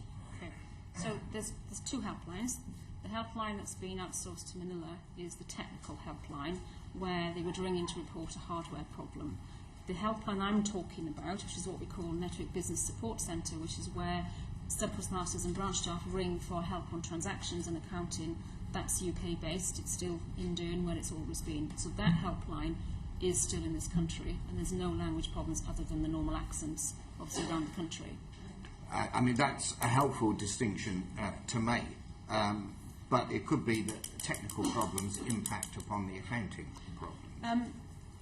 So when it goes to Manila, that's the first fix in terms of initial conversation. if there is a technical problem, hardware that needs to be replaced, that obviously comes back into the country, and we have a field team through the supplier that would actually go and resolve those issues. So the fact that it's in a different country doesn't change the level of service, other than actually the feedback we've got is that it's improved the service. There seemed to be a lack of satisfaction with the response, and whether that's because it's in the Philippines or would have been the same in the domestic call centre, obviously I'm not in a position to say. But could I also raise something else? In some of our evidence, there was the comment that the staffing of the helpline had recently been reduced by 25%.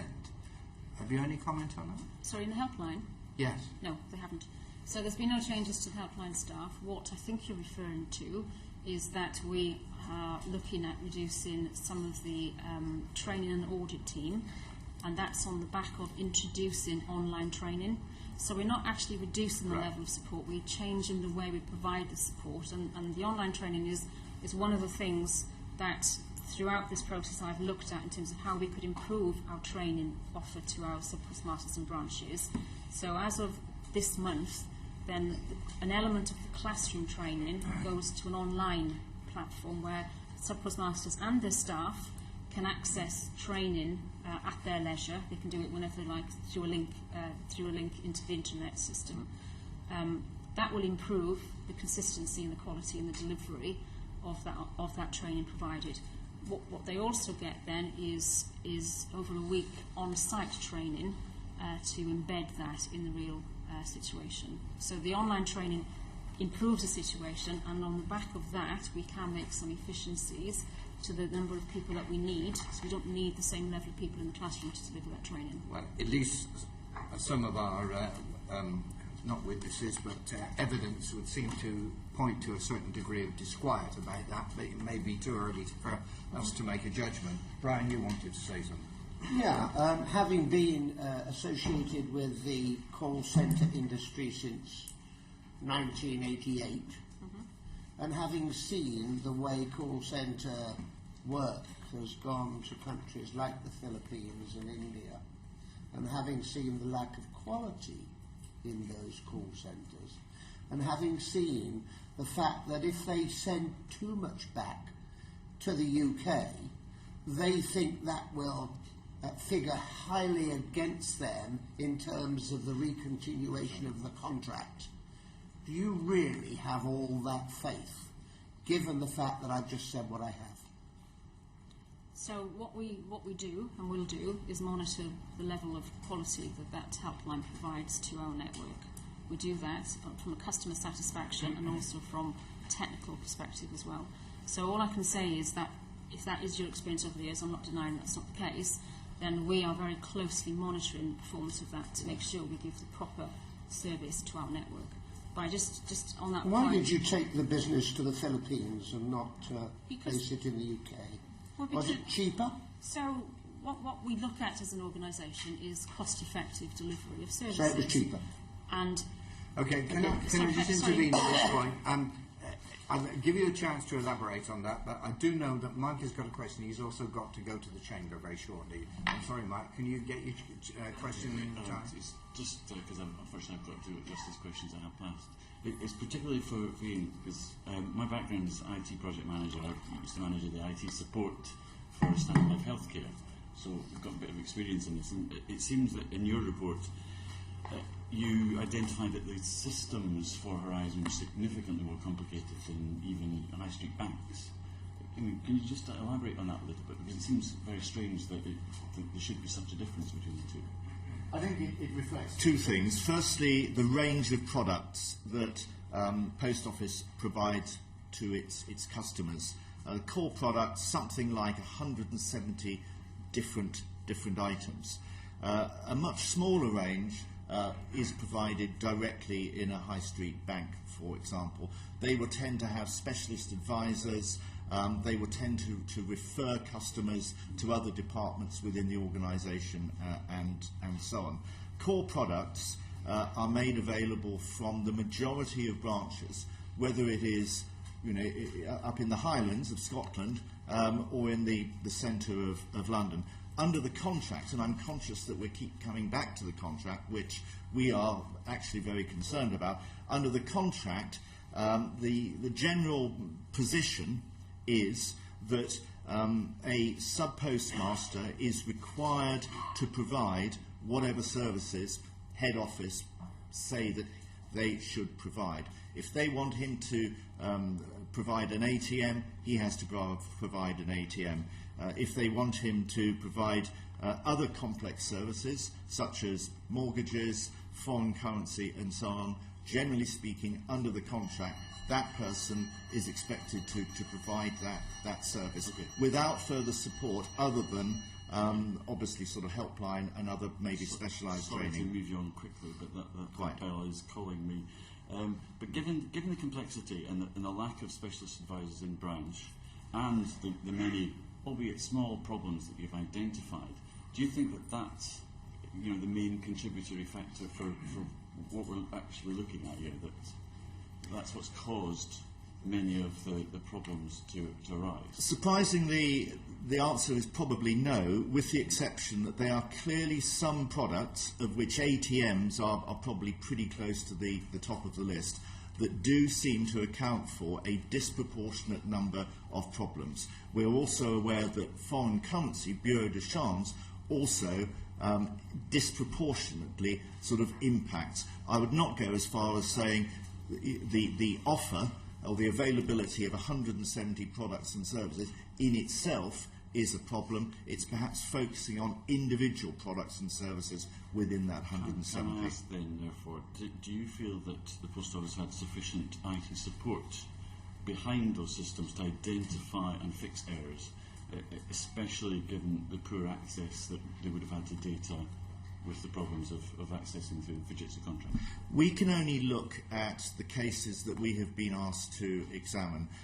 In terms of IT support, we are concerned about some of the interfaces with third-party partners such as Bank of Ireland, other banks, ATMs, and so on. It is those interfaces and the flow of information from those third parties, which of course wouldn't happen in a high street bank because everything is integrated. It is those third party interfaces that do seem to cause a disproportionate number of problems. Okay, my experience with Stand Life would be that you would be identifying trends, you would be seeing the particular things that were going wrong. So, in your report, it's the receipts and payments mismatch problem, the local suspense account problem. These things would be coming up time and time again, and that you would then identify a workaround until such times as the IT fix went in, and you tell them, well, if you're doing this type of transaction,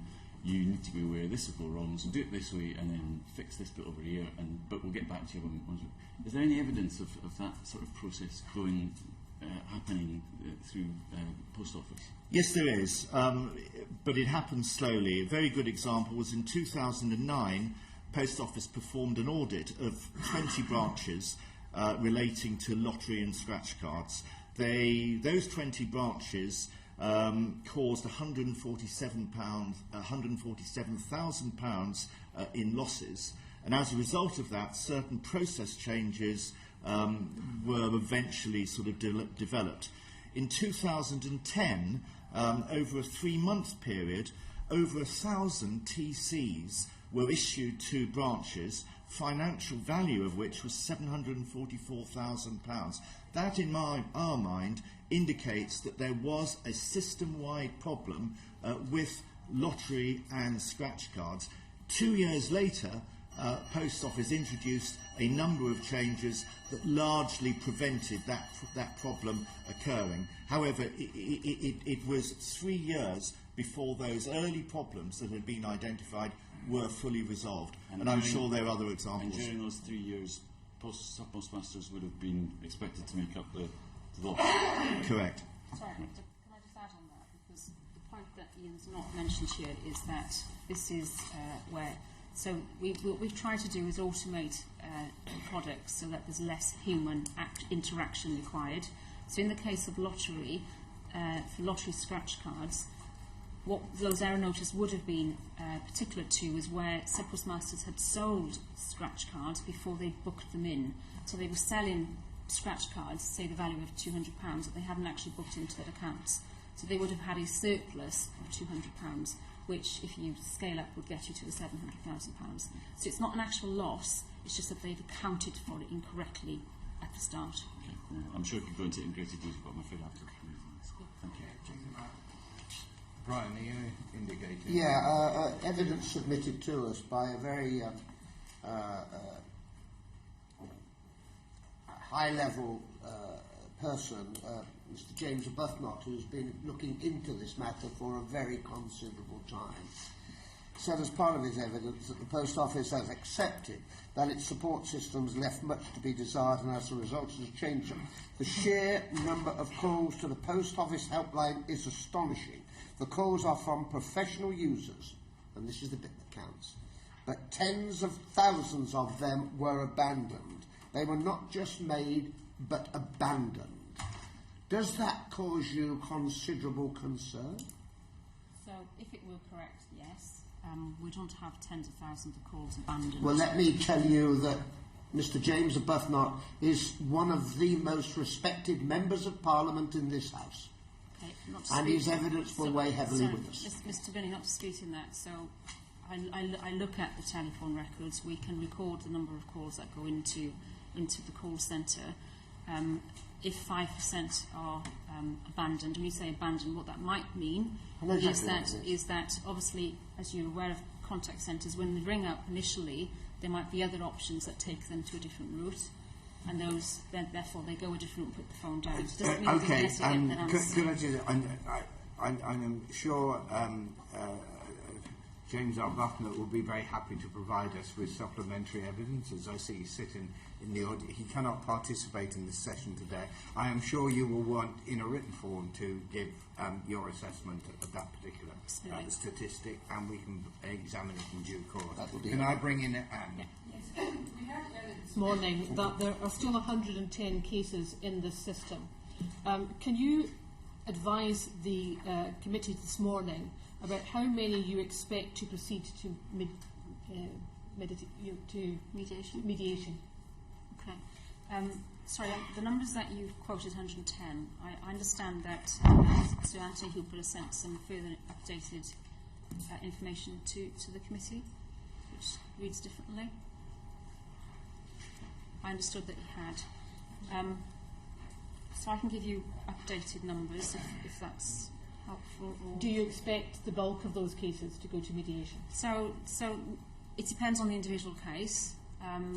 Of the 136, so some have been resolved and some weren't eligible, then of my latest figures, where the working group has agreed that they should flow to mediation, 41 is the number there, and we have agreed to mediate in the majority of those cases. So the latest information is that we have declined to mediate in 5 of those cases. Could I just say, for clarity's sake, the information that we received from Sir Anthony Hooper yesterday is there are in fact now 87 cases. Yes. So the number I quoted, 41, is in line with that 87 now. That's helpful. It does seem from what we've been discussing this morning that the reporting protocol seems to be rather haphazard. People are supposed to phone a helpline, but there doesn't appear to be any particular written process. Do you record all the calls that are made to the helpline? Yes. Okay.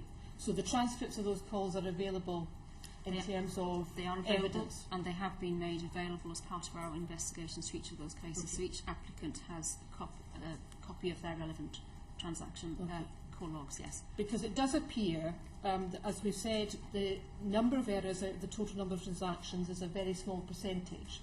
But clearly when it occurs, it has very, very serious repercussions. Absolutely. So to what extent have you focused your training and support, or what steps have you made to improve it so that all staff are aware exactly of the error reporting protocol and what they need to do? Okay, so what we have done, and we've done this over the last couple of years, and I'm in the process of refreshing that is that the classroom training I referred to earlier, this is for new people coming into the business, with the classroom training and on-site training, part of the package. We've put more emphasis on the balancing process, the accounting process, how to balance, and importantly, what to do when you don't balance, how to find your discrepancy in branch using all the reports that are available to you. If you can't resolve it, then talking part of the learning process is to, this is the route that you need to go into the helpline, and we describe how that support manifests itself into branch if it needs to be.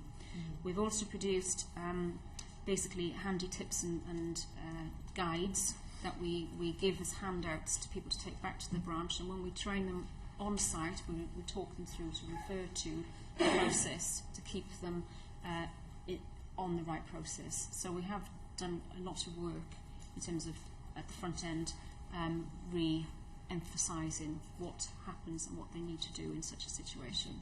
Well, I mean, you'll be aware from the recent Westminster Hall debate that a number of very serious allegations were made about a number of people who have been, were told, or they alleged that they were told by your staff that if there was money over at the end of the day, they should put it in an envelope, put the envelope in the safe, and then use the money to pay later shortfalls, which amounts to false accounting. So, I mean, that's a very serious allegation that staff at your end, at the other end of the phone line, were making these very casual and inaccurate and actually highly dangerous recommendations to sub-postmasters. So what we say to sub-postmasters when we train them is that you need to, when you declare, when you make your statement, what you declared as the cash in the till is the correct statement. If you were short, you put money in, and if you're over, you take money out. That isn't false accounting. False accounting is when you sign off your accounts to say, I have £10,000 in my account when actually I've only got 9,000. That is false accounting, and there's a very big difference between the two. It does seem to me remarkable in the day of now of modern technology, where we're doing all this orally and nothing is actually confirmed in writing. I mean, most people have access to emails and texts. So do you actually, after a call, is there something then confirmed? Because when you make a call, if you find yourself and you've got a shortfall in your money, and you've never had it happen before, and you realise what the repercussions are, most people, a lot of people would actually feel highly nervous and unsure. They go on the phone line, they realise what the repercussions are, and at times people are not fully absorbing all the information that is relayed to them orally. We know that happens. We know that people don't always capture every piece of information to them. So therefore it is vital, given the repercussions, that you would follow it up at the earliest opportunity with a written communication confirming the instructions. So why do you not use email? Why don't you use text messages? What do you actually do in terms of hard copy so that someone has a piece of paper in front of them or an actual written message which tells them exactly what they then need to do? So each call log into the helpline has a reference number, and postmasters make note of that reference number. So if they need to go back to the helpline, they quote that reference number. It takes them back into the information to be given. But only by phone. But the information that we give over the phone is what's already in branch. So it's already documented in branch, whether that be by means of an operational manual or Horizon Online Help, which is the instructions and the training in the system itself.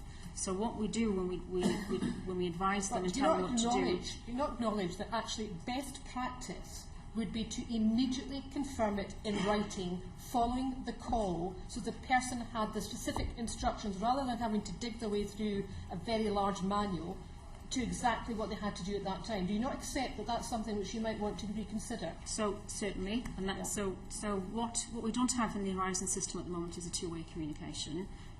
When we look to replace that and under a new contract, we're looking to have that two-way communication. Sub-postmasters are invited to give us their email address, and we do communicate where they've got email. We do communicate in that fashion.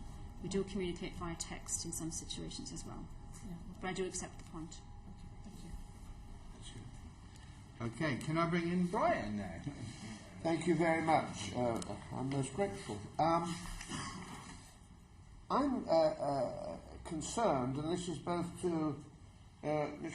Venables and to Ms. van der Bogerd, it's been suggested that the Post Office has tried to exclude up to 90% of cases that have gone before the working group for mediation. How do you explain that figure? Do you say it's incorrect, correct, or if it's correct, how do you explain it? It's incorrect, and I think Angela just gave you the most recent figures, which are... It's out of 41 cases recommended by the Working Group, we've declined 5, which works to 12%, not 90%. Yeah. This is an interesting exercise, actually, because I'm listening to you, but I'm also looking for a reaction from behind you. And that concerns me enormously. But I'll let that go for the moment. I just want you to know that. Mr. Bidley, I may be able to help with that, because I was present at the meeting where this 90% figure came up. And it is a little different than has been sort of described. As you're probably aware, the mediation working group receive reports from Second Sight where we make a recommendation whether or not the matter should go to mediation. There was one meeting, I think it was October last year, where quite a large number of reports from Second Sight, I'm guessing at them, but let's say maybe 12, recommended mediation. The working group therefore has a choice. Either it accepts our recommendation and they go through to mediation, or, as happened in this case, approximately 90% of those cases, Post Office said that it wanted to discuss the matter at the working group, and that request for discussion was interpreted as meaning Post Office was challenging 90% of the, let's say, 15 cases that were going to the October meeting. Post Office subsequently clarified their position and said, we're not necessarily challenging them, we feel that they raise significant issues that need to be discussed by the working group. It was, however, a further process, or a step in the process, that introduced delay because clearly the working group could not necessarily deal with that number of cases all in one meeting. That, I think, is where the 90% figure came from. And I'm grateful for that elucidation. Can I go on and ask if you could confirm to us, both of you, now whether sub-postmasters who have previously pleaded guilty to charges arising from information provided by Horizon are eligible for mediation? They've been accepted into the scheme. And you accept that totally? There has certainly been sort of debate on that point. At one point, Post Office's position appeared to be that they were strongly opposed to any consideration of criminal prosecutions as part of the scheme. I think that position has gradually changed. To be honest, I'm not sure what Post Office's formal position on that is, and of course they continue to have the right, to challenge cases at any point, and ultimately to refuse to participate in mediation, which they have done on I think 2 cases so far. Thank you, Gary. And finally, has any provision been made to cases which have arisen since the mediation scheme closed to application in November, I think, 2013? I'm sorry, Mr. Bailey, could you repeat that again? Has any provision been made to those cases which have arisen since the mediation scheme closed to applications in 2013? So we have had a number, about half a dozen people come forward and say that they would like to have their cases investigated. And once the scheme is closed, we've offered to investigate those through our normal process, of which they've accepted. So we're currently investigating about 6 cases outside of the scheme. So, if I can just interrupt, what is your normal process as opposed to the mediation scheme that was set up? So effectively, it's the same process that we take, in terms of we would look at their issues, get access to all the information, investigate their claims thoroughly, and put together a report and share those findings with the individuals. What I'm puzzled at is why that seems to be satisfactory in your eyes for the current cases, but wasn't satisfactory when it was decided to set up the mediation scheme. So, well, it is in terms of what our investigation is no different to whether it's in the scheme or whether it's outside of the scheme. And in the absence of, so the mediation scheme was closed to new applicants, and what I've offered to do is to apply the same process that we can to their cases, and that's been deemed satisfactory by those individuals. They want to understand what happened in their situation, and I've said I can look at those cases and provide them with the findings of our investigation, and they've been comfortable with that. Well, and if I may, the decision to set the mediation scheme up was aligned with the board of the Post Office, because Second Sight produced, as they mentioned, a report in the summer of 2012. Yes. So, and we were concerned. We were genuinely concerned about the issues they raised and the fact that these people had challenges. You know, we are a business that does genuinely care about the people that work for us, and if there had been any miscarriages of justice, it would have been really important to me in the Post Office that we actually surface those. And as the investigations have gone through, so far we've had no evidence of that. And as you'll know, we're bound by the Disclosure Act to make known anything that we come across that might contribute to that. But the difference is that we simply wanted to know, to give those people the opportunity to be heard, because they were telling us they hadn't been.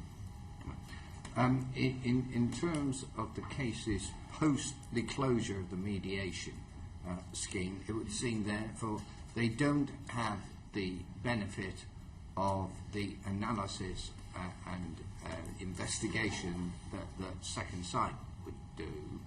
And secondly, you say they seem satisfied, given the fact that there was no alternative on the table. There couldn't really be anything other. Is that a fair assessment?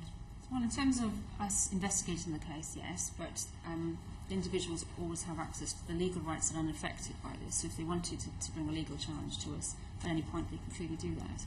Could I ask you from Second Sight if that's... do you feel that they are, if you like, being, I was going to say short-sighted, but disadvantaged, not having the benefits that others have had in terms of the approach? It's a very difficult question to answer, because we are satisfied that the 136 cases that have been accepted have provided us with an adequate range of issues that we can address in terms of the thematic issues that we have identified of potential concern. Of course, that will not necessarily resolve the specific facts and issues of a person that has not yet come into the scheme. It is perhaps of potential concern. However, I would hope that our next report, which is going to be on these 19 or so thematic issues, may well address some of the points being raised by what I might call new applicants. Good, thank you. Can I bring in William Bain? Thank you. We've heard criticisms about the length of time it's taking to resolve cases through the mediation scheme.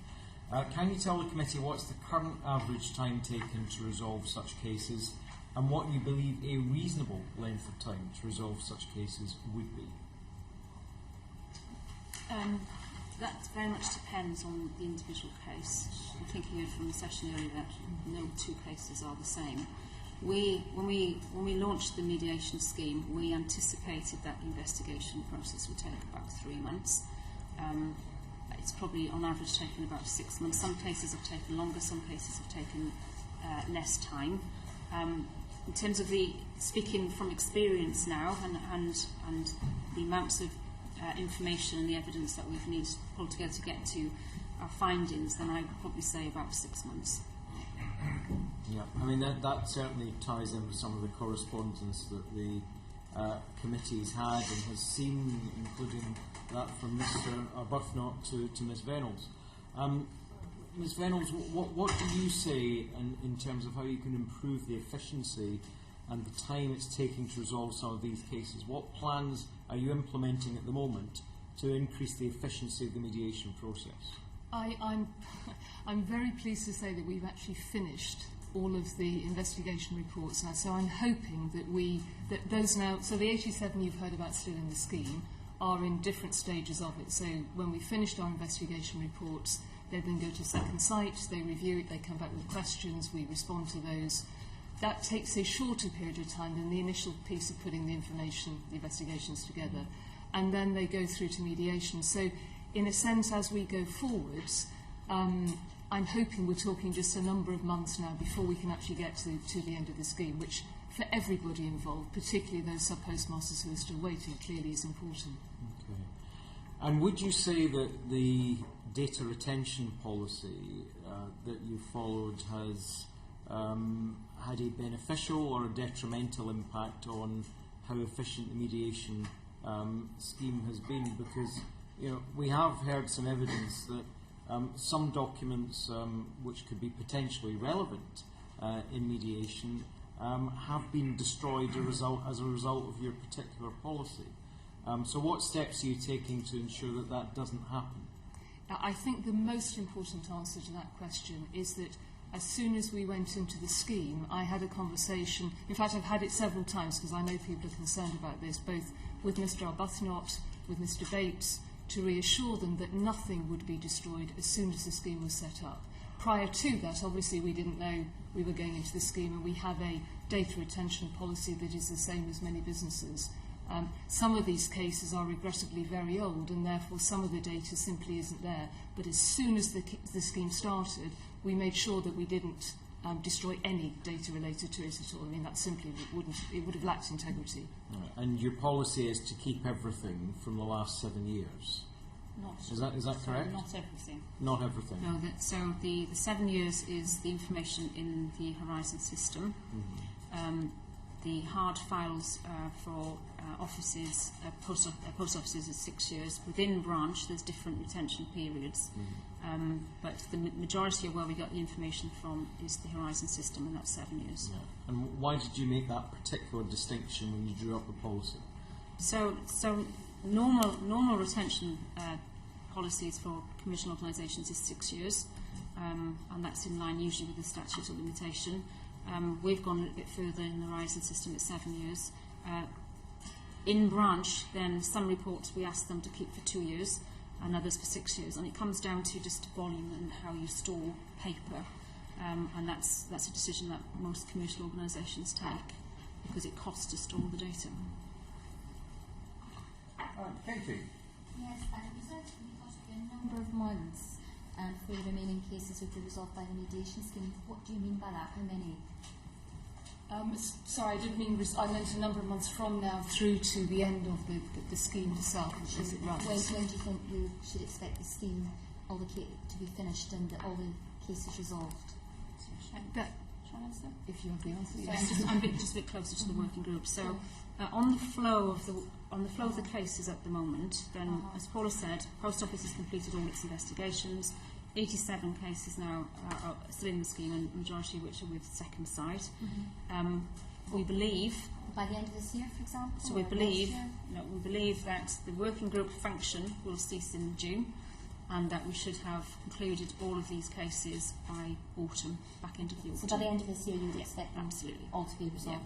Yeah. And Katie, I'm sorry, can I just make one comment relating to that? The unknown element of all of this is once a case goes into mediation. Under the terms of the mediation scheme, the outcome of each individual mediation is confidential to the parties.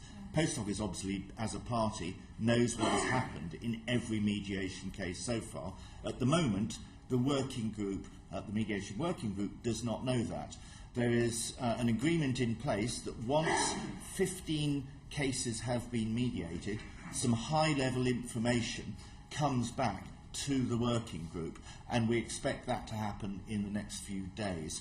What we don't know yet is how many of those cases have reached a satisfactory outcome, bearing in mind that one of the objectives of this whole process is to reach closure. So, one of the unanswered questions is, even in, let's say, 6 months' time, when all of the cases have gone through mediation, what is the level of satisfaction? How many cases have been satisfactorily resolved rather than mediated and the parties not reaching a mutually acceptable outcome? That is something that we have got no visibility of at the moment. And I mean, the Post Office will obviously be very aware of the high level of concerns amongst MPs on a cross-party basis about this issue. The huge number of MPs who have been involved in the group that Sir James Buck-Knox been involved with, and no doubt have read the transcript of the recent adjournment debate, which I think, made very clear the anger amongst many MPs about the way this whole matter has been handled. What do you think you are doing or could do to address these concerns? So I completely understand that MPs are concerned, quite rightly, because people have suffered, some pretty terrible things as a result of what's happened. Yes. Yeah. So we have listened very carefully. We have been in contact with all of the MPs. We offered all of the MPs with constituents involved in these meetings at the beginning of the process and throughout it, after the Westminster Hall debate. I'm not particularly concerned about the MPs. I'm concerned about what the Post Office is doing to get its own act in order. What are you doing to make sure that what lessons are you learning from everything that's happened so that you can improve your organisation? So I think we've learned a number of lessons as we've gone through this, which you've heard the improvements that we've made in training and support. The other thing that it was important for us today is so that the committee could actually hear both sides, because the Post Office has put a huge amount of question, and I'd like an answer to the question, which is, what are you doing or what have you done to actually improve the way your organisation works? For example, one of the issues that's been put to me is that there's a lack of qualified people within the Post Office hierarchy with whom it's possible for a sub-postmaster to have a discussion when there's a technical issue to do with the Horizon system. What are you doing to improve that, for example? What other lessons have you learned? I would say that isn't true. That if sub-postmasters have queries, they can escalate them as high as they need to. I get phone calls and emails, and I personally take them on a regular basis. I know for a fact that I know for a fact that if they have an IT query, I will immediately go to my CIO, and she is prepared to talk to any sub-postmaster about it. The organisation wants to help sub-postmasters run post offices properly. Of course we do. And we put ourselves out as much as we possibly can. And where we get it wrong, because human error happens, then, as Angela's just explained, we've put some really significant changes in terms of the training and support that's available now. The fact that you can access training 24/7 has to be a significant improvement from that. The fact that we have set up a branch user forum, and we have sub-postmasters coming to that who are very critical of us, and that's why we did it, to learn the things that we can improve. So, we wouldn't have wanted to be in this situation. As soon as I found out about it, we set the scheme up. We have put in hours and hours and hours of detailed work to make sure that we've done the investigations as thoroughly as we can. And at the same time, we have a list of things that we do as we go along. So what do you think needs to be done as a result of everything you've learned from this process so that these kinds of problems don't happen again? Well, I think we've outlined some of those things already. So the way that we listen to the sub-postmasters through the branch user forum, the training, it seems to me one of the big issues that's come out of this is that in some cases, but not the majority, but I accept Mr. Blomfield's point, this is about the small number of cases here today, that in some cases we could have done things better. And I think what you've heard us say is that we've acknowledged that and we've put improved processes in place. But this is a business that learns all the time. We are constantly trying to improve what we do. Sorry, can I just add, just the branch user forum, I think an important part of that I didn't talk about earlier is that the 6 sub-postmasters that make up that forum, they have connections with the wider network, so through their Twitter accounts and things. And what they do is they feed in the voices from their peers into the forum. So it's not just the views of 6 people, it's the views of much wider. And if there's any issues or concerns that is brought to that, we have a very frank decision. And I think that the thing that I personally have learned through the process and having been very close to 150 investigations of each of those cases is that we could have, in a number of the cases, explained things a bit better. And I think that's one of the important things, which is somebody mentioned, I think you mentioned the script, you know, in terms of the helpline. It's trying to drill down in terms of, so you ask me a question, and I want to drill down to get to the real number of the problem to be able to give you the correct answer.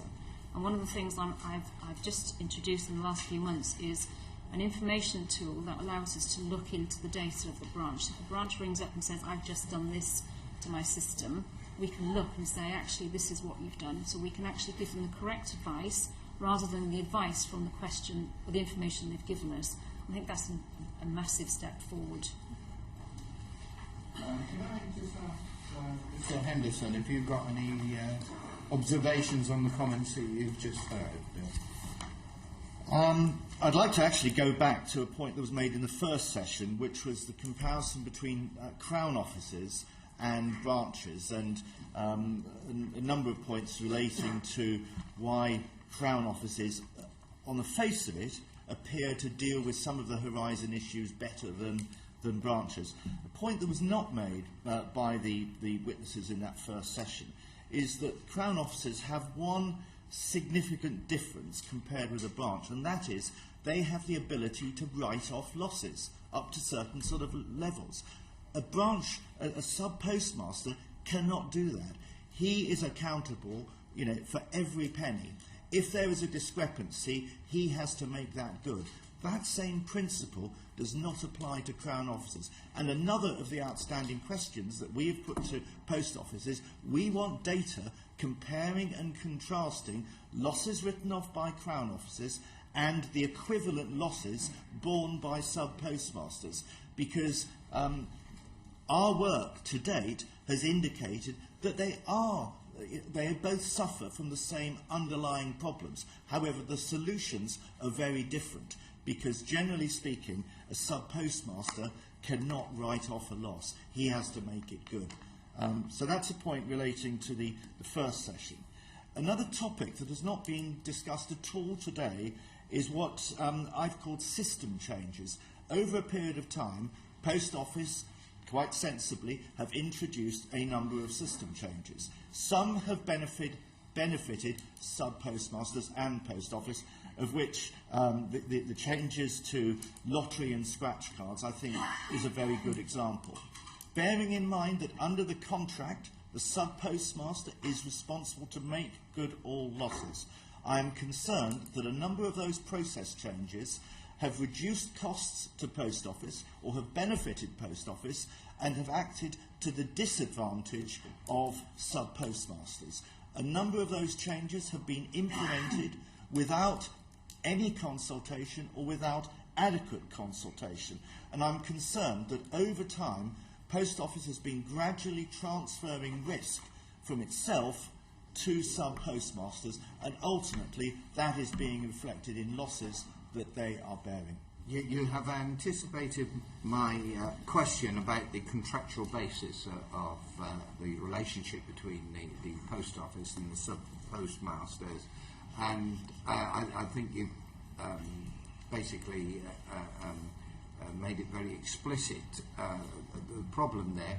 But could I ask you, what changes do you think could be made in the contractual relationship that may be not necessarily prevent these problems, but at least provide a way of them being solved more to the satisfaction or fairness on both sides? Well, I think you need to look into the history of the contract, and I'm not proposing to go into that in any detail. For a very long period of time, there was no formal contract between Post Office and sub-postmasters. There was a book of rules, and actually the current contract in places still refers to the book of rules in describing that relationship. The contract, whilst it has been changed in part, has remained substantially the same for 20 or 30 years. We think it does not provide sufficient safeguards to sub-postmasters. For example, there is no entitlement to investigative support. Under the contract, and we have been told that many sub-postmasters were not even provided with a copy of the contract. But under the contract, it states investigative support will only be provided in cases of suspected criminality. In other words, if a criminal prosecution can be brought by or may be brought by Post Office. It doesn't seem to cover the situation where a sub-postmaster identifies a problem, he has exhausted all of the readily available help mechanism, he wants some serious professional help from a trained Post Office auditor, and to his surprise, he finds he has no entitlement to that. Bearing in mind, Post Office holds all of the data, we find that surprising, and in the context of modern business practices and best practices, we think that is unfortunate. I think our view is that the contract needs a fundamental overhaul to reflect far better the appropriate relationship.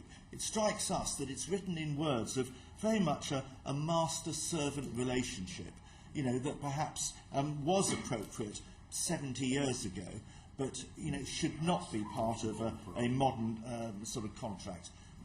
Sub-postmasters are described as sort of partners. It is certainly not a partnership of equals. The risk is largely borne by sub-postmasters, and some of the changes that have happened recently have actually benefited sort of Post Office. Thank you. Brian, you've got...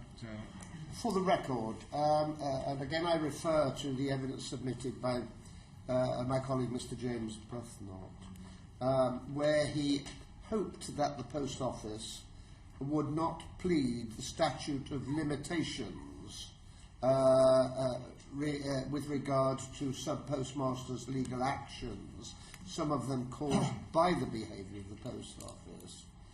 And he secondly asks, and this was all contained in a letter to you, Ms Reynolds, he secondly asks if the government, if the Post Office would agree that Right Honourable members should be briefed by Second Sight, not on an individual basis, but on the way the mediation scheme has gone. He feels both of those points will be... Could you give answers to those today? The members have been offered meetings if their constituents, the applicants are acceptable to that, to meet with us to go through in detail every single piece of information that's in the investigation. I think it was with regard to Second Sight.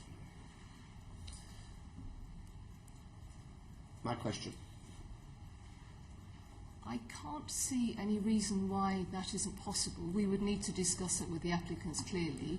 I think if it's around the case that is being considered, the Post Office clearly would want to be in that meeting and have those discussions. But we've offered that. The Second Sight have seen all of our investigation reports. They're reviewing them. We don't have... I don't have a policy of not making this available to members at all. It's simply there is a confidentiality around it, as you've heard. Some of the cases were very sensitive. If the applicants are happy to do that, we've already offered that to members. In terms of the statute of limitation, there are already a number of cases that have come in where that has run out. So I'm not sure about the issue around this. That there is no, as I understand it, no implication at all on the legal options open to sub-postmasters in the scheme. So they are still able to pursue the legal routes of appeal if they want to do that. Excuse me, can I just clarify one point there? Second Sight is subject to a confidentiality agreement between itself and Post Office. About 9 months ago, we sought the specific consent, as we are required to do under our contract, from Post Office to be able to communicate freely with James Arbuthnott, and they agreed to that consent. I think what sort of honourable and right honourable members have asked for is for that consent to be widened, certainly to the new chairman, Kevin Jones, who's taking over from Mr Arbuthnott, but also in terms of the general matters, some of which I have raised this morning. I think a number of members have said that they would like Second Sight to be authorised to discuss those general matters relating to the scheme with themselves, and obviously any cases where they are representing an individual constituent What we would not be able to do is just to discuss another constituent's case in detail with a member who is not representing that constituent. But I think it would help in terms of this communication generally for Second Sight's authorisation to be widened beyond just James Arbuthnot, who, of course, as we all know, will be standing down very shortly. Absolutely. Sadly, that is the case, sadly. So the ball has been batted back into your court, Ms. Reynolds. Are you happy, given that you might have to take some advice, but are you happy in general terms to accede to that request? I'm happy to take the advice. In principle, I can't see why that might not be the case, but I may need to take advice on it. You're a very powerful lady. We'll look forward to carrying that out. And I'm also wise that I know I need to take advice too. Thank you very much. Could I just conclude to you, Paula? I mean, the Post Office is a tried and trusted bank. I think most people would accept that. Equally, I think it's most people would accept that the support and counselling of employees is very important in sustaining a positive brand for any business. Now, I accept that the relationship between the sub-postmasters and the post office is rather more complicated than that of a traditional employee relationship. But it would seem that on the basis, first of all, this contract, this particular software, but above all, the support and engagement of the Post Office with people that are contracted to work for them and who are often in themselves highly respected and trusted individuals within their community has certainly broken down. Would you not accept that the Post Office has a responsibility for putting in place a support and engagement system that will quite legitimately root out fraud if fraud is taking place, but ensure that those people who may only be guilty of human error get the support that is necessary for them to correct it and carry on the job working and reinforcing that brand? I agree completely around the importance of the Post Office in communities and institutions, and particularly about the people who run them, because if it isn't for the people who run them, there would be no trust in the Post Office brand. There's absolutely no doubt about that in my mind. So it's the reason we put the scheme in the first place.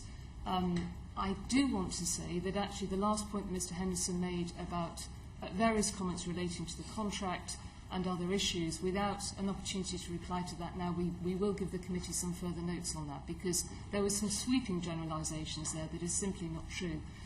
The contract, for instance, we review on a very, very regular basis. The National Federation of Sub-Postmasters meets with us, I would suggest, probably twice a year to look at this kind of thing. So it is really, really important to the business. When we set the scheme up, we wanted to get to the end of it, and we're hoping to do that by the end of this year. And then I think it's a very good question as to what next, because there may be situations where people are unhappy with it. The thing that we wanted the committee to hear today is that this is a small number that we have taken very, very seriously, and I think when we get to the end of this, we should review, as any sensible organisation would do, what next steps we need to take. But it's important to me that we finish it, particularly for the people who've gone through the scheme, frankly. And my last point, because of the importance of the Post Office, this is a really successful business. We have, as many of you know, because you've opened the new post offices, in the last 2 years we have halved the losses in the Post Office. I have reduced our dependence on subsidy from 210 million to 130 this year. We have an ambition to get to break even in 3 to 4 years' time, and we're in financial services. We've launched the Post Office Money brand. It is critical to me that we really, really keep the trust in the Post Office as high as it is. That's why we do this scheme.